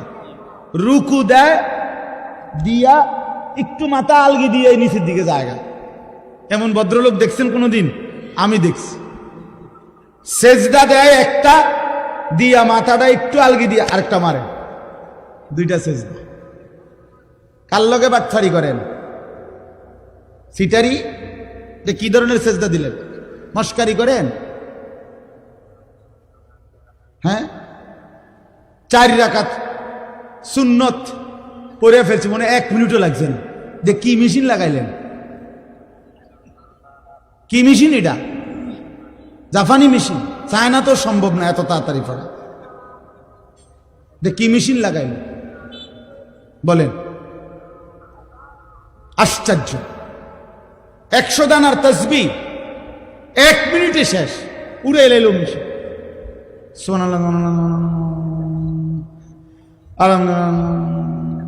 আল্লাহ, এটা কি ফাইজলামি? এগুলো এটা মস্কারি না, এটা তামাশা না। রাসূলুল্লাহ সাল্লাল্লাহু আলাইহি ওয়াসাল্লাম এভাবে তাসবিহ পড়তেন। আম্মা জান আয়েশা রাদিয়াল্লাহু তাআলা আনহা বলেন, রাত গভীরে নবী সাল্লাল্লাহু আলাইহি ওয়াসাল্লাম এত লম্বা সেজদা দিতেন, মাঝে মাঝে আমি ভাবতাম নবী সাল্লাল্লাহু আলাইহি ওয়াসাল্লামের ইন্তেকাল হলো কিনা সেজদা অবস্থায়। এজন্য পায়ের পিছনে আঙ্গুলের মধ্যে আমি আঙ্গুল লাগাইয়া স্পর্শ করতাম তিনি জীবিত আছেন কিনা। আপনি এত লম্বা সেজদা না দেন, কিন্তু সুন্নাত মোতাবেক যেতটুকু সেজদা এটুকুও দিবেন না। 2 সেজদার মাঝখানে সোজা হইয়া বসা, এটা তো ওয়াজিব। রুকু থেকে সোজা হইয়া দাঁড়ানো, এটা তো ওয়াজিব, এটা ছেড়ে দিলেন। আর তাসবিহ এবং নামাজ এত দ্রুত কেমনে শেষ করলেন? আল্লাহ নবী সাল্লাল্লাহু আলাইহি সাল্লামের হাদিস আমি নিজে পড়াইছি বাপ। নবী সাল্লাল্লাহু আলাইহি সাল্লাম বলছে, তিলকা সালাতুল মুনাফিক, তিলকা সালাতুল মুনাফিক, তিলকা সালাতুল মুনাফিক। তিনবার বলছে একটা কথা। ওই নামাজ মুনাফিকের নামাজ, ওই নামাজ মুনাফিকের নামাজ, ওই নামাজ মুনাফিকের নামাজ। কামা ফানাক্কারা আরবাআন লা ইয়াযকুরুনাল্লাহা ইল্লা কালিলা। নবীজি বলেন, যে দাঁড়াইলো আর 4 রাকাত নামাজ যেন 4টা ঠোকর মারলো, ঠিক মতো আল্লাহর জিকির তাসবিহগুলো আদায় করলো না, এটা মুনাফিকের নামাজ, মুনাফিকের নামাজ, ইমানদারের নামাজ না। কোরআন শরীফে আল্লাহ তাআলা স্পষ্ট, কোরআন শরীফে আছে মুনাফিকের প্রথম চিহ্ন, মুনাফিকের হাদিসেও চিহ্ন আছে, কোরআনেও আছে। আল্লাহ তাআলা বলছে মুনাফিকের 1 নম্বর চিহ্ন কি? কোরআনে বলছে, ওয়া ইযা কামু ইলাস সালাতি কামু কুসালা। মুনাফিক কাকে বলে? আল্লাহ কোরআনে বলছে তারা যারা নামাজ আদায় করে অলস ভাবে, নামাজ পড়ে না, এটা না। আগেই বলছি, যে নামাজ পড়ে না তারে কোনো কি নাই, তে কিচ্ছুই না, তে ফায়জামাও না, ফ্যানও না, হাফ প্যান্টও না, ফুল প্যান্টও না, এটা প্লাস্টিক, এটা বাদ, আগেই বাদ, তারে নিয়ে কোনো কথা নাই, তার কোনো তুলনা নাই। হ্যাঁ, বেনামাজির কোনো তুলনা নাই, এটা জানেন? মানে এই কথাটা বুঝছেন নি? এটার অর্থ কি? বেনামাজির কোনো তুলনা নাই মানে কি? মানে বেনামাজিকে কোনো জানোয়ারের সাথেও তুলনা দিলে ওই জানোয়ারকে অপমান করা। হ্যাঁ, এই জন্য আল্লাহ বলে দিছে বালহুম আদাল, বরং সে জানোয়ারের চাইতেও নিকৃষ্ট। এই জন্য বেনামাজির কোনো তুলনা নাই। তারে ছাগল বললে ছাগল প্রতিবাদ করবে। মহান আল্লাহ কি কারণে আমার সাথে তারে তুলনা দিল কি লেগে? যদি এমন হইতো আমারও সেজদার যোগ্যতা দিছেন, তারেও দিছেন, কিন্তু আমিও দেই না, সেও দেয় না, তাইলে না মিলতো? কথা বোঝেন নাই? এ প্রতিবাদ করবে। কুকুর বললে কুকুরে প্রতিবাদ করবে। কুকুর বলবে মহান আল্লাহ পরারে বলেন আমার লগে তুলনা দিল কেন? এই নাফরমান রে, আমারে আপনি তো সেজদার যোগ্যতাই দেন নাই, তাকে তো দিছেন। কথাটা উড়াই দিয়েন না। নিজেরে বাদ দুগা খাইতে আনলে, মোবাইল টিপতে আনলে, কয়টা টাকা কামাই করলে আর কদ্দুর বইয়ের টেলিভিশন চাইতে আনলে চালাক মনে করেন না। ভাত খাওয়া কোনো অবাক কিছু না। পৃথিবী ভোগ করা এটা কোনো আশ্চর্য, খুব মারাত্মক কিছু না। দুনিয়া জানোয়ার, জঙ্গলের হাইওয়ান জানোয়ার দুনিয়া আমাদের চাইতে বেশি ভোগ করে। একটা হাতি, প্রাণীবিদ্যা গবেষকদের কথা হলো, একটি হাতি একদিনে 250 কেজি খাবার খায়, 90 লিটার পানি পান করে। আপনি কি ভোগ করছেন দুনিয়া? একটি তিমি 1 লোকমায় 200 জন সামর্থ্যবান মানুষের সমপরিমাণ খাবার খায়। আপনি কি দুনিয়া ভোগ করছেন বেশি? কিতা? দুন্দুল, করলা, লাল শাক, ক্ষীরা, টমাটো, ফার্মের মুরকা, কক মুরকা, ফাঙ্গাস, তেলাফিয়া, দৈন্যতা, কাঁচামরিচ, এই তান্নি খাইয়া এই মাছ ধরি। আপনি জঙ্গলের একটা বাঘকে বলেন না, সিংহকে বলেন, দোস্ত আজকে একেবারে বেশি ঝামেলা গেছে, আজকের বেলাটা শুধু তুমি ফাঙ্গাস দিয়া, এই বেলাটা শুধু চালাইয়া নাও, রাইতে আবার গোস্ত দিব, আজকে একটু ঝামেলা। আপনি বলেন না, সিংহ একটা টানা চটকনা দেবো বেটা, আমরা বংশ জীবনে কেউ ফাঙ্গাস খাইনি বেটা। আমরা তো প্রতিদিন গোস্ত ছাড়া কিছু লোকমা দেই না বেটা, খায় অন্য কিছু। তাইলে যে জানোয়ার পৃথিবী আমাদের চাইতে বেশি ভোগ করে, সেই সামান্য দুনিয়া ভোগ করে আল্লাহকে কেমনে ভুলে গেলেন? আখিরাতকে কেমনে ভুলে গেলেন? হায় মুসলমান, নামাজ কেমনে ভুলে গেলেন? ছেলেটা কোনোদিন নামাজ পড়ে না, মুসলমানের ঘরে ঘুমায়। উপযুক্ত ছেলে 14 বছর 16 বছরের কোনোদিন ফজরের নামাজ পড়ে না। আপনি ভাবতেছেন তারে মানুষ বানাইতেছেন। কি মানুষ বানাইতেছেন মিয়া? কোন যুক্তিতে? এ তো অমানুষ হচ্ছে বেটা। বেনামাজি মানুষ হয় কেমনে আবার, বেহায়া মানুষ হয় কেমনে আবার? যে মেয়ে বেহায়া ৮-৭ কাপড় পরে নিজের রূপ আর যৌবন রাস্তায় প্রদর্শন করে, সে মানুষ হইল কেমনে? এ তো হাজারো লক্ষ বখাটে যুবকের ভোগের উপভোগের প্রদর্শনীর এক বস্তু হইছে। সে ইজ্জতওয়ালা, সম্ভ্রমওয়ালা, আত্মমর্যাদা সম্পন্ন নারী হইল কিভাবে? মানুষ বানায়, মানুষ বানায় শুধু রেজাল্টের কাগজ, A+ কাগজ, এইটার সার্টিফিকেট, এটাই শুধু মানুষ না মিয়া। আখলাককে মানুষ বলে, মানুষ সার্টিফিকেটকে বলে না, মানুষ আখলাককে বলে। আখলাক, জিন্দিগির নাম মানুষ, জীবনের নাম মানুষ, আখলাকের নাম মানুষ, চরিত্রের নাম মানুষ, হায়া লজ্জার নাম মানুষ, ইনসানিয়তের নাম মানুষ, আল্লাহকে চিনার নাম মানুষ, মালিকের গোলামি করার নাম মানুষ। এজন্য দোস্ত আমার, বন্ধু আমার, বলতেছিলাম নামাজের মধ্যে আদায়ের মধ্যেও যারা গাফলতি করে তাদের জন্য জাহান্নাম। তাইলে রুকু, সেজদা, সূরা কেরাত, দোয়া, কালাম, এই সমস্ত ক্ষেত্রে অবশ্যই অবশ্যই খেয়াল রাখতে হবে, ঠিক করতে হবে। আপনার সূরা কেরাত আজীবন অশুদ্ধ, আমনে নামাজ পড়েন, মানসে না কয় আমনে নামাজ পড়েন, আমনে না বলেন আমনে নামাজ পড়েন, আখিরাতের দৃষ্টিতে তো এই নামাজ হয় না। বুঝেন নাই আমার কথা? হবে না তো নামাজ। আপনি স্কুলে পড়ছেন দেখে আপনার অশুদ্ধ কোরআন, জি না, এটা এমন কোনো মূলনীতি নাই যে হুজুর আমি স্কুলে, আমরা জেনারেল শিক্ষিত, অতএব আমাদের সূরা কেরাত অশুদ্ধ হলেও চলবে। এই ফয়সালা কোথায়? এই রেজুলেশন হয়েছে কোন জায়গা? জাতিসংঘে। কে তাহলে এই সিদ্ধান্ত দিল কে? কোন ব্যক্তি জেনারেল শিক্ষিত হলে অথবা ছোটবেলায় পড়ালেখা করে নাই, মূর্খ মানুষ, তামিকির মূর্খ, আপনি সরু সরে আনা লেখতারেন না, দুনিয়া চিনেন না কোনটা, ভাতের থালাও চিনেন, রুটির থালাও চিনেন, মাছও চিনেন, গোশতও চিনেন, বেড়াও চিনেন, বেড়িও চিনেন, রাতও চিনেন, দিনও চিনেন, হাসিও চিনেন, কান্নাও চিনেন, বিএসও বোঝেন, সিএসও বোঝেন, আরএসও বোঝেন, খতিয়ানও বোঝেন, কোনান দিয়ে কারে ফেস লাগাইতে হবে এটাও বোঝেন, 14 গোষ্ঠীর সব বোঝেন, শুধু আখিরাত বোঝেন না। হ্যাঁ, কি বুঝাইতে চান আপনি? আখিরাত বোঝেন না, আপনি নামাজ বোঝেন না, আপনি আল্লাহর কোরআন বোঝেন না। কেন বুঝলেন না? আপনি বোঝেন না কোনটা?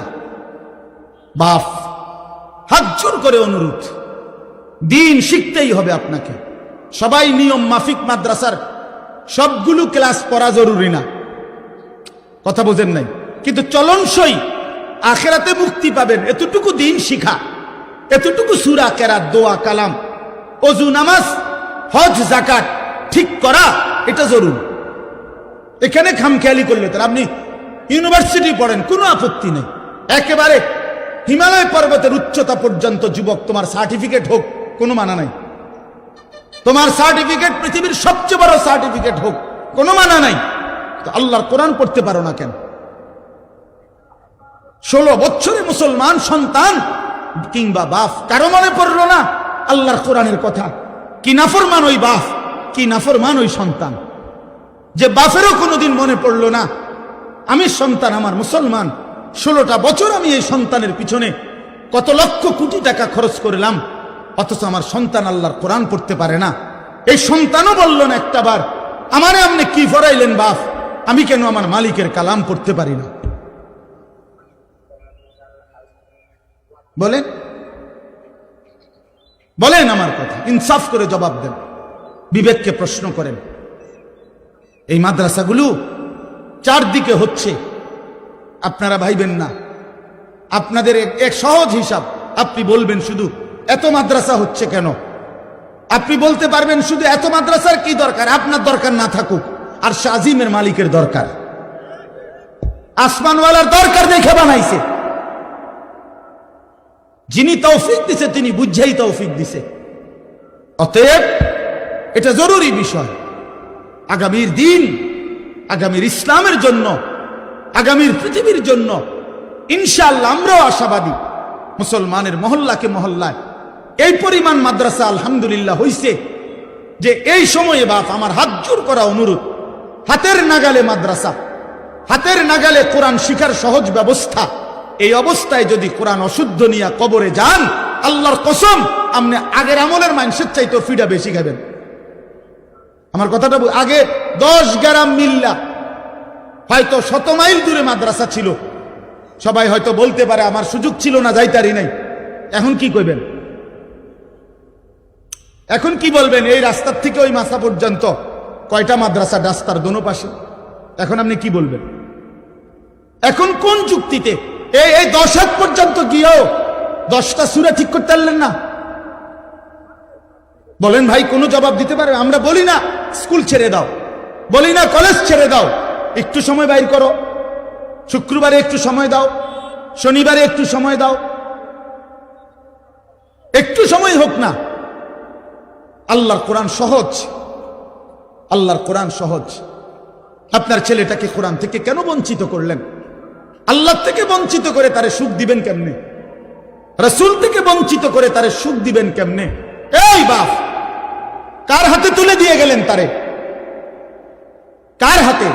আপনি তো কবরে চলে যাবেন, আগামী সন্তানটাকে কার হাতে দিয়ে গেলেন? আমি বললে আমার লাভ। আল্লাহর কথা বলবার জন্য, শুনবার জন্য সংখ্যা কোনো বিষয় না, কতজন এটা কোনো বিবেচ্য বিষয় না। আল্লাহর কথা বলতে পারা এটাও সৌভাগ্য, শুনতে পারা এটাও সৌভাগ্য। এখানে এটাই মূল বিষয়। মালিকের কথা আমি বলতে পারছি কিনা, হোক সেটা একজনের জন্য। ফাওয়াল্লাহি লা আন ইয়াহদিয়াল্লাহু বিকা রাজুলান ওয়াহিদান খায়রুন লাকা মিন হুমুরিন নাআম। আল্লাহর নবী সাল্লাল্লাহু আলাইহি ওয়াসাল্লাম বলেন, এটা রেহাল আনেন, রেহাল বাচ্চাদের। এই বাবা, তোমরা একটা রেহাল নিয়ে আসো, প্লাস্টিকের যে রেহাল কোরআন শরীফ রাখে, যে মাদ্রাসা ছাত্রনী তোমরা যাও, ওই কাঠের গুলা না, প্লাস্টিকের গুলো। তো নবী সাল্লাল্লাহু আলাইহি ওয়াসাল্লাম বলেন যে আল্লাহর কসম, তোমার দ্বারা একজন ব্যক্তি আল্লাহর পথ পাওয়া গোটা আরবের সমস্ত দামি ওট তোমাকে হাদিয়া দেওয়ার চাইতেও উত্তম। রাজুলান ওয়াহিদা, একজন মাত্র। তাহলে এর দ্বারা বোঝা গেল একজন মানুষের পরিবর্তনের আশাতেও বলা উচিত, চেষ্টা করা উচিত যে হোক আমার জিন্দিগির মেহনত দ্বারা আল্লাহর একজন বান্দাই আল্লাহর পথে ফিরছে। আমার আখিরাতে নাজাত দরকার, আমার পরকালের মুক্তি দরকার। সারা পৃথিবী চিনলেও কিছু যায় আসে না, না চিনলেও কিছু যায় আসে না। মানুষের কাছে এই পরিচিতি দিয়ে তেমন কোনো ফায়দা নেই, উল্লেখযোগ্য কিছুই নেই। মনে করেন কোরআনুল কারীমের মধ্যে 25 জন নবীর নাম আছে, একবারে গোনা। এখন নবী রাসূল কি 25 জন? তৈলে 1.25 লক্ষ আম্বিয়া কেরাম, তো বাকিদের তো নাম নাই, কেউ জানেন না। অন্যান্য কিতাবে খুঁজলে আরো নইলে 2-4-20 জনের নাম পাওয়া যাবে। তা তাইলে লক্ষের চাইতে বেশি নবী রাসূলের নাম তো পৃথিবীর কেউ জানে না। তাইলে ওনারা কি ব্যর্থ? ব্যর্থ। আমাদের প্রিয় নবী সাল্লাল্লাহু আলাইহি ওয়াসাল্লাম তিনি যখন বিদায় হজ্জের মাঠে ইন্তেকালের পূর্বের বছর আরাফাতের ময়দানে হজের খুতবা দিছেন, তখন নবী সাল্লাল্লাহু আলাইহি সাল্লামের সামনে 1.25 লক্ষর বেশি সাহাবী ছিল। তাহলে 1.25 লাখ সাহাবী, এই বিপুল পরিমাণ সাহাবীর নাম পৃথিবীর কোনো কিতাবে নেই। 5000 সাহাবীর নামও পৃথিবীর কোনো কিতাবে নেই, কোনোখানে নাই। সর্বোচ্চ 313 জন সাহাবী বদরের যুদ্ধে যারা অংশগ্রহণ করছেন, উনাদের নাম একসাথে পাওয়া যায়, আছে। আরো বাকি মিলাইয়া তো মনে করেন 2000-এর নাম বা 5000-এর নামে তালাশ করে পাইল, তো বাকিরা, বাকিদের নাম কই? বাকিদের নাম পৃথিবীর কোনো কিতাবেও নাই, কেউ জানেও না। তাইলে এখন এই বাকি সাহাবী যাদের নাম এখন পৃথিবীতে নাই, কেউ জানে না, তো ওনারা কি ব্যর্থ? ব্যর্থ। এই কথাটাই বলতে চাচ্ছি। মূলত সফলতা কিংবা ব্যর্থতার জন্য মানুষের কাছে পরিচিতি কোনো বিষয় না। সফলতা কিংবা ব্যর্থতার জন্য মহান আল্লাহ পাকের কাছে আমার ফায়সালা কি হইছে সেটা বিষয়। ফামান যুহজিহা আনিন নারি ওয়া উদখিলাল জান্নাহ ফাকাদ ফাজা। সরাসরি কোরআনের আয়াত। আল্লাহ বলেন, বান্দা মরতে তো হবেই তোমাদের সকলকে, কিন্তু দেখার বিষয় হলো যাকে জাহান্নাম থেকে মুক্তি দেয়া হলো এবং জান্নাতে প্রবেশ করানো হলো, ফাকাদ ফাজা, সেই কেবল সফল হলো, সেই কামিয়াব হলো, সেই কৃতকার্য হলো। তাহলে কি বোঝা গেল? সফলতা জাহান্নাম থেকে মুক্তি পাওয়া, সফলতা জান্নাত পাওয়া, হ্যাঁ আল্লাহ তাআলার পক্ষ থেকে ঘোষণা হওয়া। এজন্য আজকে আমরা অনেকটাই এই গ্লোবালাইজেশন, বিশ্বায়নের এই যুগে, মোবাইলের এই যুগে খ্যাতির মোহ, পরিচিতির মোহ আমাদের মধ্যে খুব বেশি। একবারে সবাই মনে করে আমি একটা চুল কাটাইলাম, এটা সবাই দেখুক। আমি একটা সিবা ফ্যান্ট কিনলাম, এইটারে কয়েক আইটেমে মোবাইলের মধ্যে ছবি দিন, সবাই দেখুক। বেওকুফ, তোর এটা কে দেখবে বেটা? এই সিবা ফ্যান্ট দেখার কি আছে? এটা তো কত মানুষই পইরা রাখছে, না হের এটা হে দেখায় না। মোটর সাইকেলের সামনে সাইডে কাইচ হইয়া, সিট হইয়া, ঠেঙ্গালগি দিয়া বিভিন্ন মডেলে তার দরকার মানুষের কাছে পরিচিত, যে কোনো আইটেমে হোক। এবার প্যান্ট ফইরা হোক আর প্যান্ট খুললেও মানুষে চিনলে, মানুষ চিনছি কিনা, আমারে পরিচিতি হলো কিনা, এটা হলো বিষয়। এই যে খ্যাতির, পরিচিতির মোহ, আকর্ষণ, এটা আমাদেরকে বরবাদ করে দিচ্ছে, আমাদেরকে শেষ করে দিচ্ছে। এই জন্য বাপ একজন হোক, একজনের জন্য আল্লাহর কথা দিল দিয়ে বলা উচিত। কেউ যদি 10,000 মানুষের সামনে বয়ান করে আর কেউ যদি 10 জনের সামনে বয়ান করে, মনে রাখতে হবে কোনোটাই সফলতা ব্যর্থতার মাপকাঠি না। 10,000 লোক হইলে সফল, 10 জন হইলে ব্যর্থ, এমন কথা কোরআন সুন্নাহর কোথাও নাই। ইসলামের মধ্যে সংখ্যাগরিষ্ঠতা হিসাব না, কোরআন সুন্নাহ সম্মত হওয়া এটা হিসাব। গণতান্ত্রিক পদ্ধতিতে সংখ্যাগরিষ্ঠতা 51 জন আপনার ভোট দিছে একজনকে, এবারে তারা অর্ধশিক্ষিত হোক অথবা একেবারে অশিক্ষিত হোক, তো 50 জন বুদ্ধিমান বিবেকবান আরেকজনকে ভোট দিছে, এরপরেও 51 জনের ভোট যিনি পাইছেন উনি জিতছে। কারণ এখানে সংখ্যা বেশি, একজন বেশি। এখানে যোগ্যতা বিষয় না, এখানে মূল বিষয় হলো ভোট একটা বেশি। এইটা হলো এই গণতান্ত্রিক পদ্ধতির একটা ব্যর্থতা। এখানে উপযুক্ত ব্যক্তি নির্বাচনের সুযোগ কম, এখানে ভোট হিসাব, সংখ্যা হিসাব, গরিষ্ঠতা হিসাব। কিন্তু ইসলামের মধ্যে, কোরআন সুন্নাহর মধ্যে এইটা হিসাব নেই। এখানে সফলতা কিংবা ব্যর্থতার জন্য কোরআন সুন্নাহ, ঈমান, ইলম, আমল, তাকওয়া, এটা জরুরি, এটাই জরুরি। হযরত বেলাল রাদিয়াল্লাহু তাআলা আনহু, তিনি প্রচন্ড কালো ছিলেন, কিন্তু কোরআনুল কারীম আল্লাহ তাআলা বেলালকে বলছেন সবচেয়ে সম্মানিত আল্লাহর নিকট যে ব্যক্তি, তার মধ্যে অন্যতম হযরত বেলাল, অথচ প্রচন্ড কালো। ইন্না আকরামাকুম ইনদাল্লাহি আতকাকুম, কোরআন শরীফের ২৬ পারায় সূরা হুজরাতের মধ্যে এটা আছে।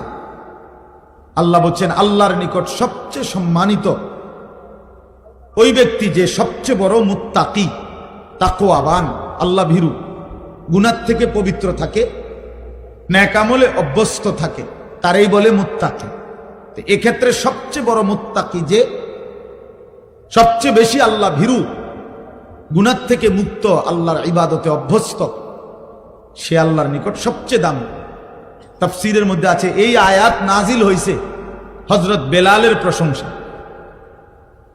হযরত বেলালের জন্য প্রথম সম্বোধন উনাকে করছেন আল্লাহ, যে বেলাল আমি আল্লাহর নিকট সবচেয়ে দামি। তাহলে কালো নিগ্রু মানুষ তাকওয়ার কারণে, ঈমানের কারণে আল্লাহর কাছে সবচেয়ে দামি। আর এই যে আবু লাহাব, নবী সাল্লাল্লাহু আলাইহি সাল্লামের চাচা, এই বেটার মূল নাম হলো আব্দুল উজ্জা।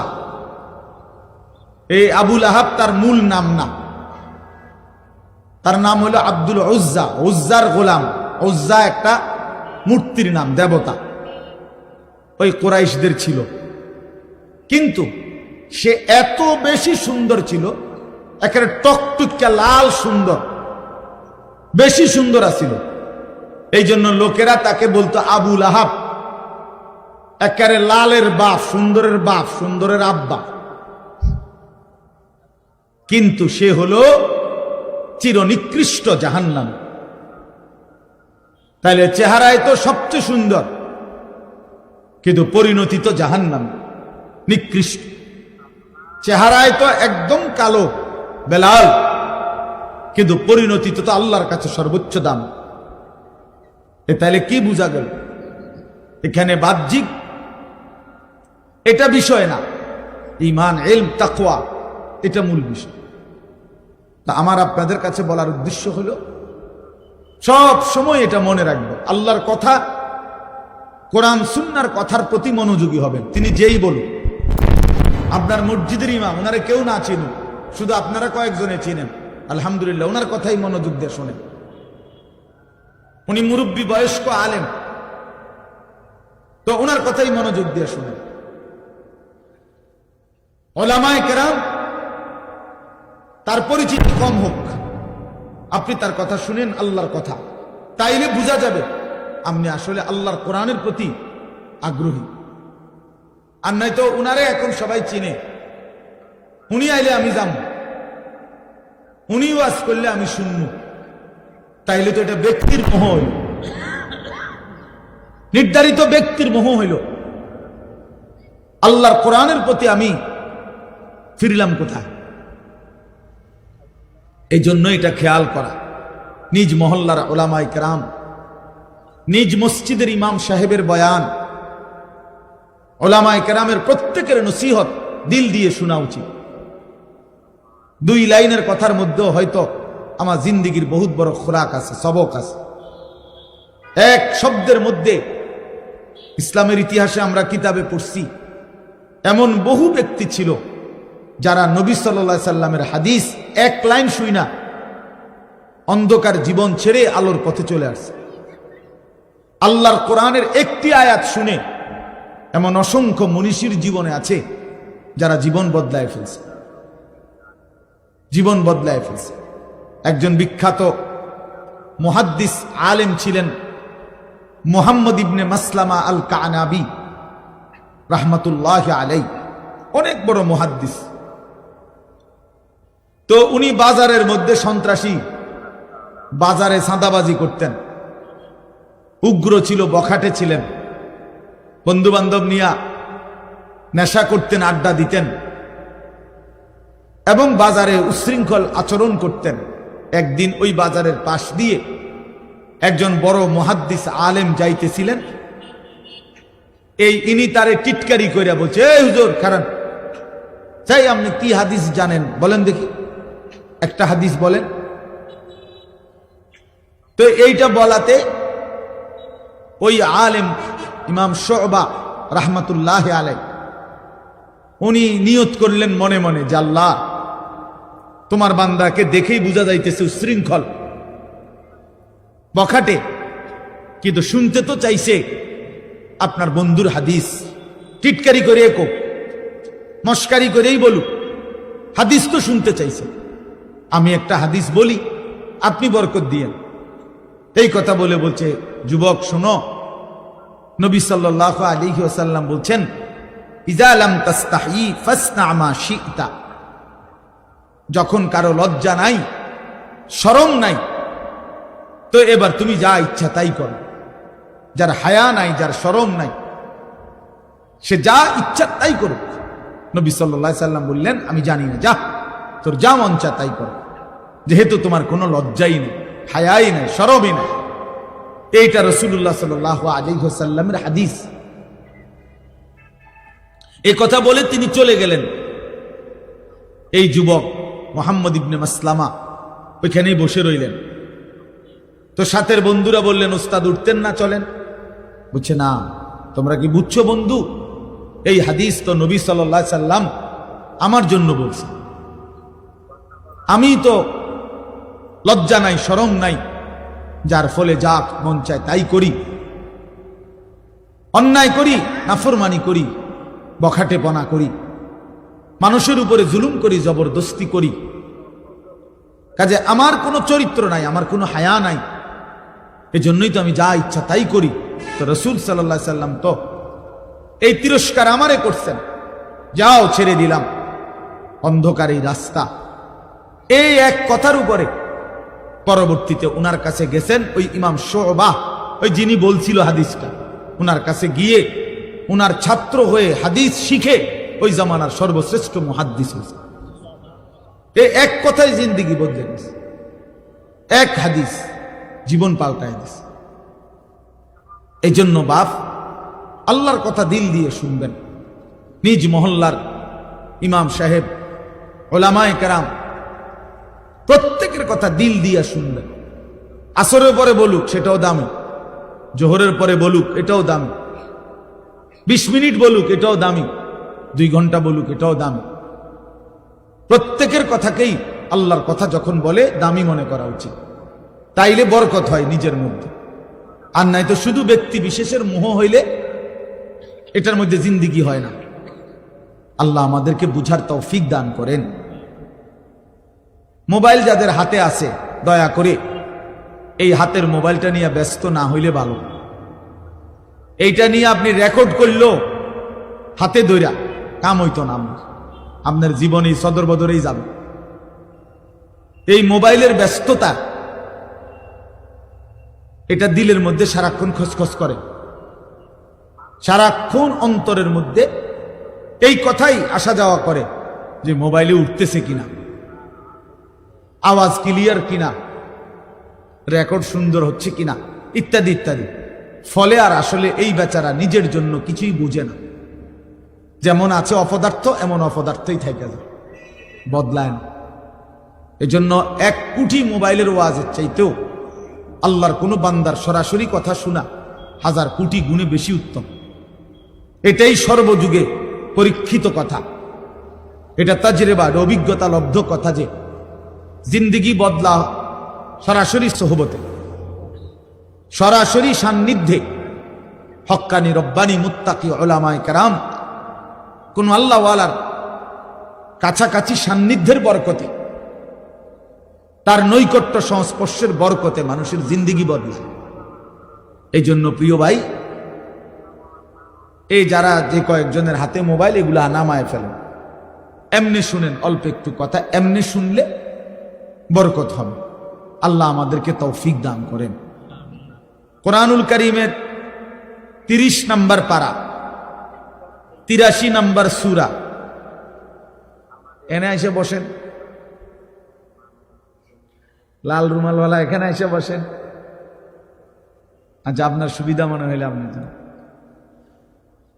বহুত বড় বুজুর্গ নিচে বইয়া গেছে, আল্লাহ কবুল করেন।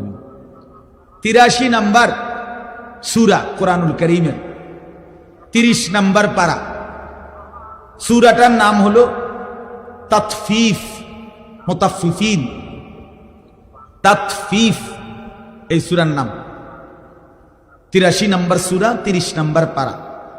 আমি এই সূরার 5টা আয়াত আপনাদের সামনে তেলাওয়াত করেছি। 22, 23, 24, 25, 26, 5টা আয়াত। মোট সূরার মধ্যে 36টা আয়াত, ছোট সূরা। এই সূরার মাঝখান থেকে এই 5টি আয়াত তেলাওয়াত করেছি। ইনশাআল্লাহ আর অল্প একটু সময়ে আমরা এই 5টি আয়াত এবং প্রাসঙ্গিক সামান্য কিছু কথা আরজ করতে চাই। আল্লাহ তাআলা আমাদেরকে তৌফিক দান করেন। প্রথম কথা হলো, সূরাটার নাম হলো তাতফিফ। এই শব্দটা বুঝছেন কিনা আগে কোন? তাতফিফ বলেন তো।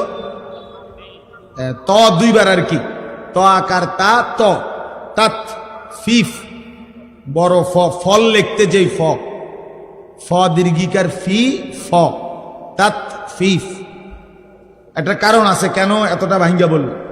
এটা একটা গুরুত্বপূর্ণ শব্দ এটা কোরআনে। এই তাতফিফ অর্থ হইল ওজনে কম দেওয়া। আরেকটু ব্যাপক অর্থ হইল কোন প্রাপককে তার প্রাপ্য কম দেওয়া। গ্রাহক প্রাপক, যিনি আমার কাছে কিছু পাবে, তাকে আমি যখন দিচ্ছি তখন কমায় দেওয়া, ঠকায় দেওয়া, এটাকে বলা হয় তাতফিফ। এই লোককে বলা হয় মুতাফফিফ, যে ঠকায়, কম দেয়। কোরআনুল কারীমের এই সূরার মধ্যে আল্লাহ তাআলা এই কথা স্পষ্ট প্রথম আয়াতে বলছেন, ওয়াইলুল লিল মুতাফফিফিন।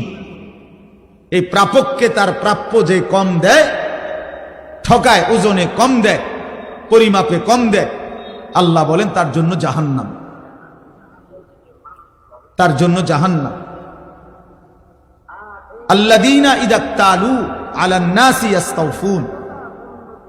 এ আল্লাহ ব্যাখ্যা করে দিতেছে এই তাতফিফ বলতে কি, আল্লাহ নিজেই বুঝাই দিচ্ছে যে এরা হচ্ছে সেই মানুষ যারা নিজেরা যখন নেয় পূর্ণ নেয়, ওয়া ইযা কালুহুম আও ওয়াজানুহুম ইউখসিরুন।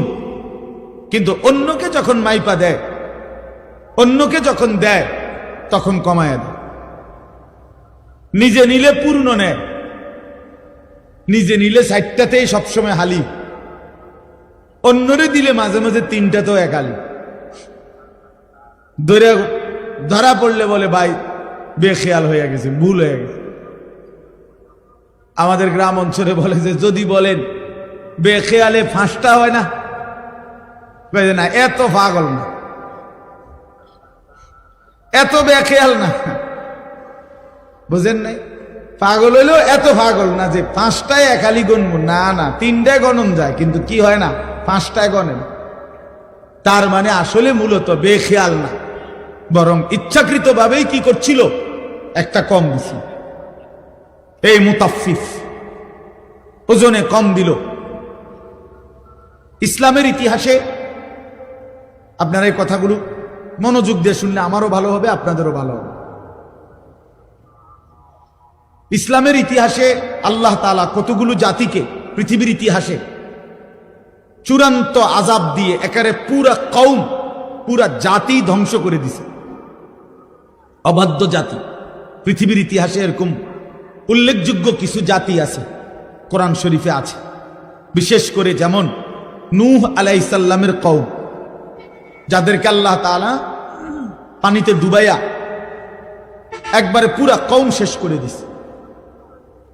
হযরত হুদ আলাইহিস সালামের কওম, কওমে আদ, এদেরকে আল্লাহ তাআলা ঝড়ো বাতাস দিয়ে পুরা জাতিকে ধ্বংস করে দিছে। হযরত লূত আলাইহিস সালামের কওম, সম্প্রদায়, এদেরকে আল্লাহ তাআলা জমিন উল্টায়া জিন্দা মাটির নিচে, সাতবক জমিনের নিচে ফেলে আশ্রয়া শেষ করে দিছে পুরা জাতি। হযরত সালেহ আলাইহিস সালাম কওমে সামুদ, আল্লাহ তাআলা এদেরকে, এই নবীর জাতিকে ফেরেশতার বিকট চিৎকার দিয়ে, মানে একজন ফেরেশতা ফজরের ওয়াক্তে আসছে ওই কওমের উপরে, এসে একটা চিৎকার মারছে।